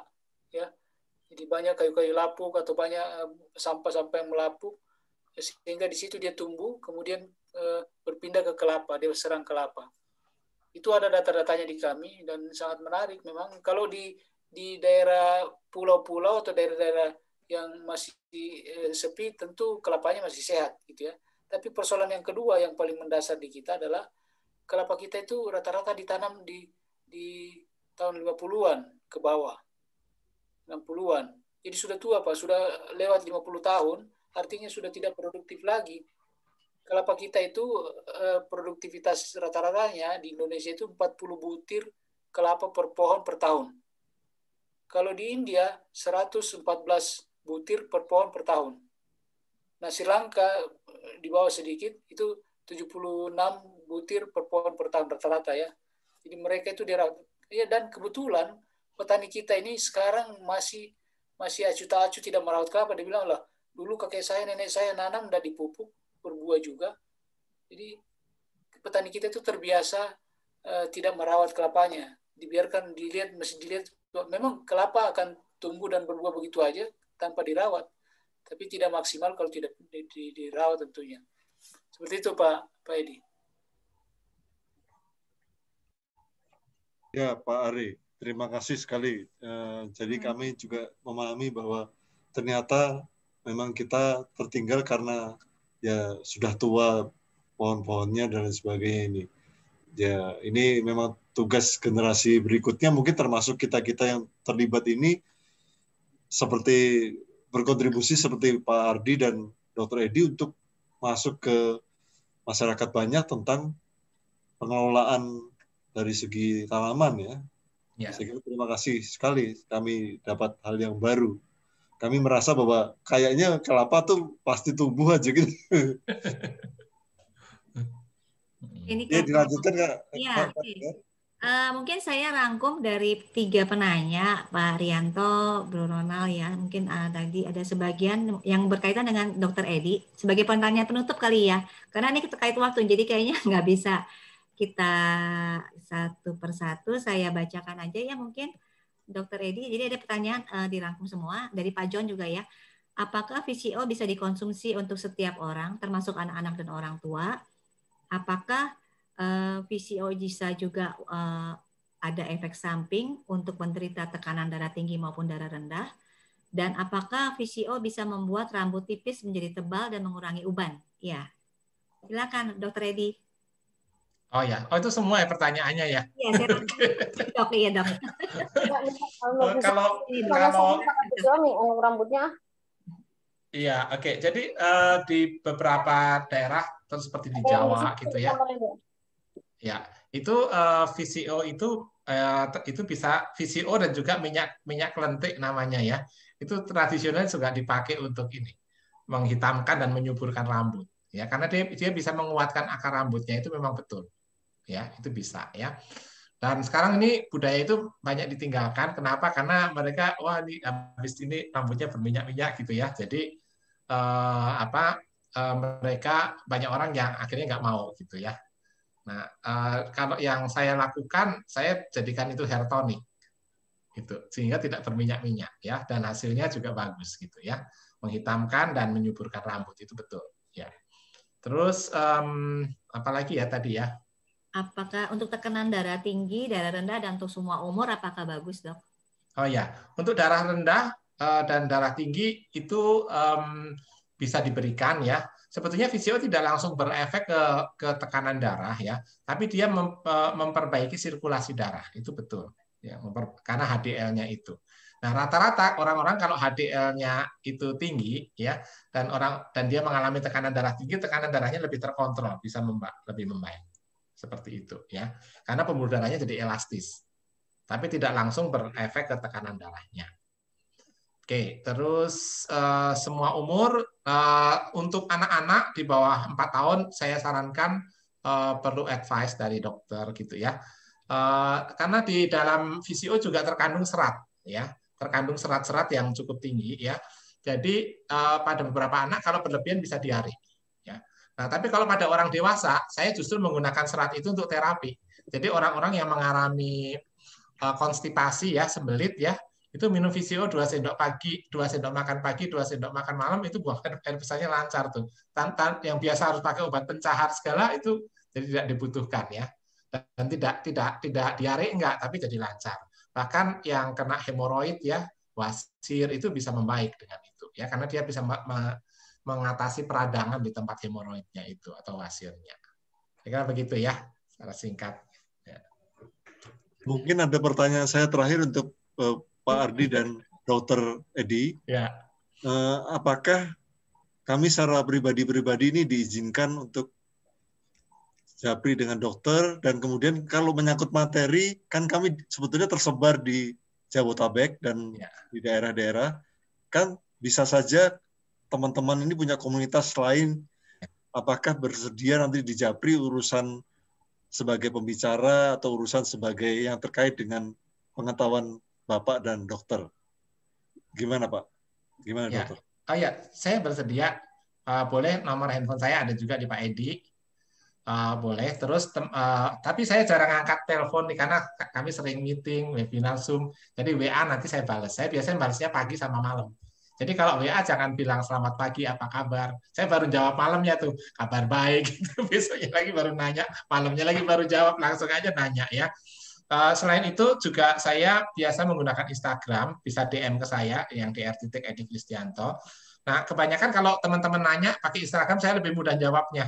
Karena saya perlu informasi nih, misalnya apa manfaat, ini contoh aja ya, apa manfaat VCO untuk COVID gitu ya. Saya tinggal kirim IGTV yang saya sudah buat, ini dengerin yang ini gitu, lebih gampang gitu ya. Tapi kalau teman-teman nggak punya Instagram mau pakai WA juga saya pasti balas.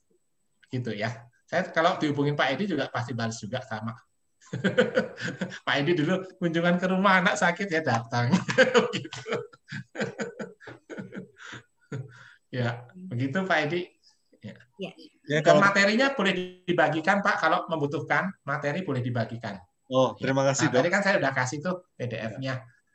Jadi diizinkan menyebarkan materinya ya? Ya, silahkan. Pak Ardi Pak, silakan Pak. Boleh Pak, jadi dengan senang hati kami ada di Facebook Sahabat Kelapa Indonesia, terus mungkin untuk telepon nanti bisa share, ada di Pak Rifan juga. Kalau materi juga bisa, terutama saya senang kalau tadi sudah ada semangat dari Pak Ronald ya, itu pasti kita akan bantu.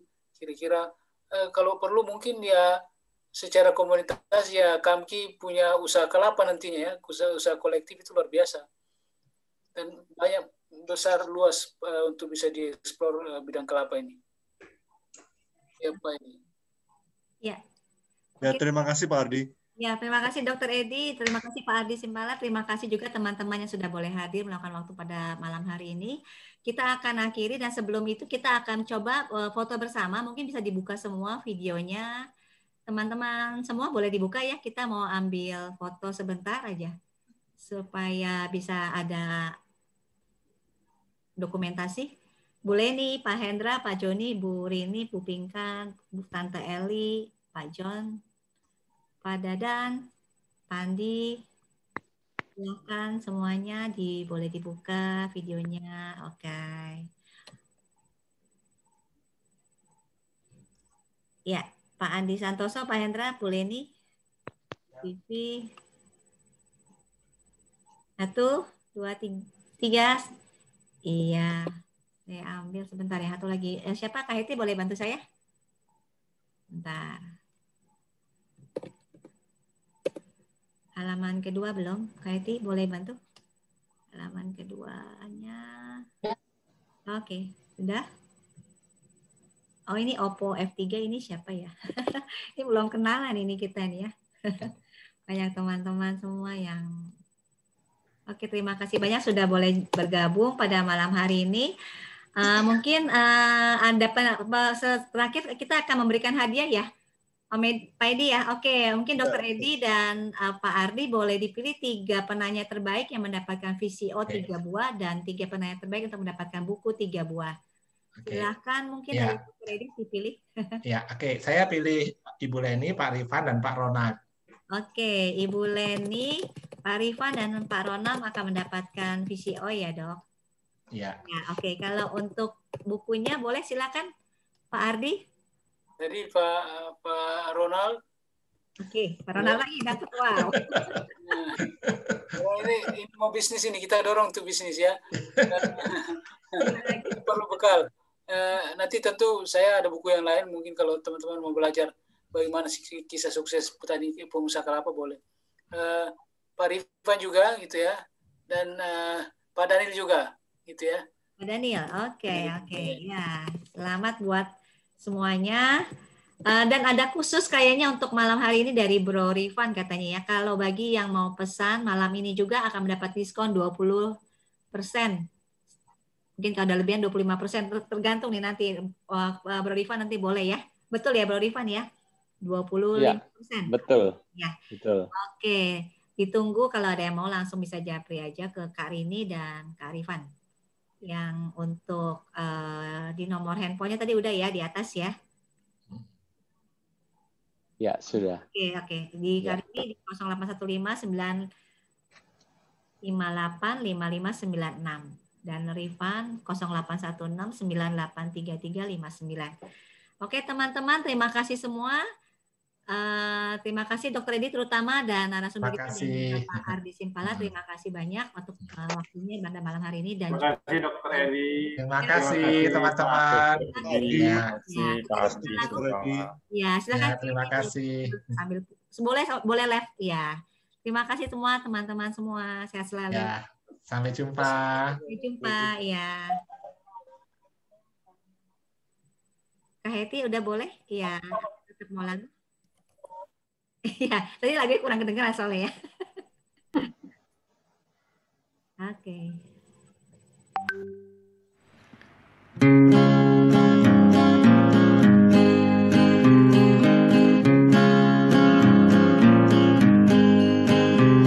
Kita adalah terang, kita adalah garam, iman Katolik yang nyata. Semangat terus mengabdi, semangat terus berbagi dalam wadah kamki kita. Merajut jalan pikiran gagasan dengan semua karya nyata. Memadu cita-cita dan karsa, satu tekad dan tujuan. Serviam in caritate, itulah pegangan kita. Unity Indio, dasar pedoman Kamki Jaya. Serviam in caritate, itulah pegangan kita. Unity Indio, dasar pedoman Kamki Jaya.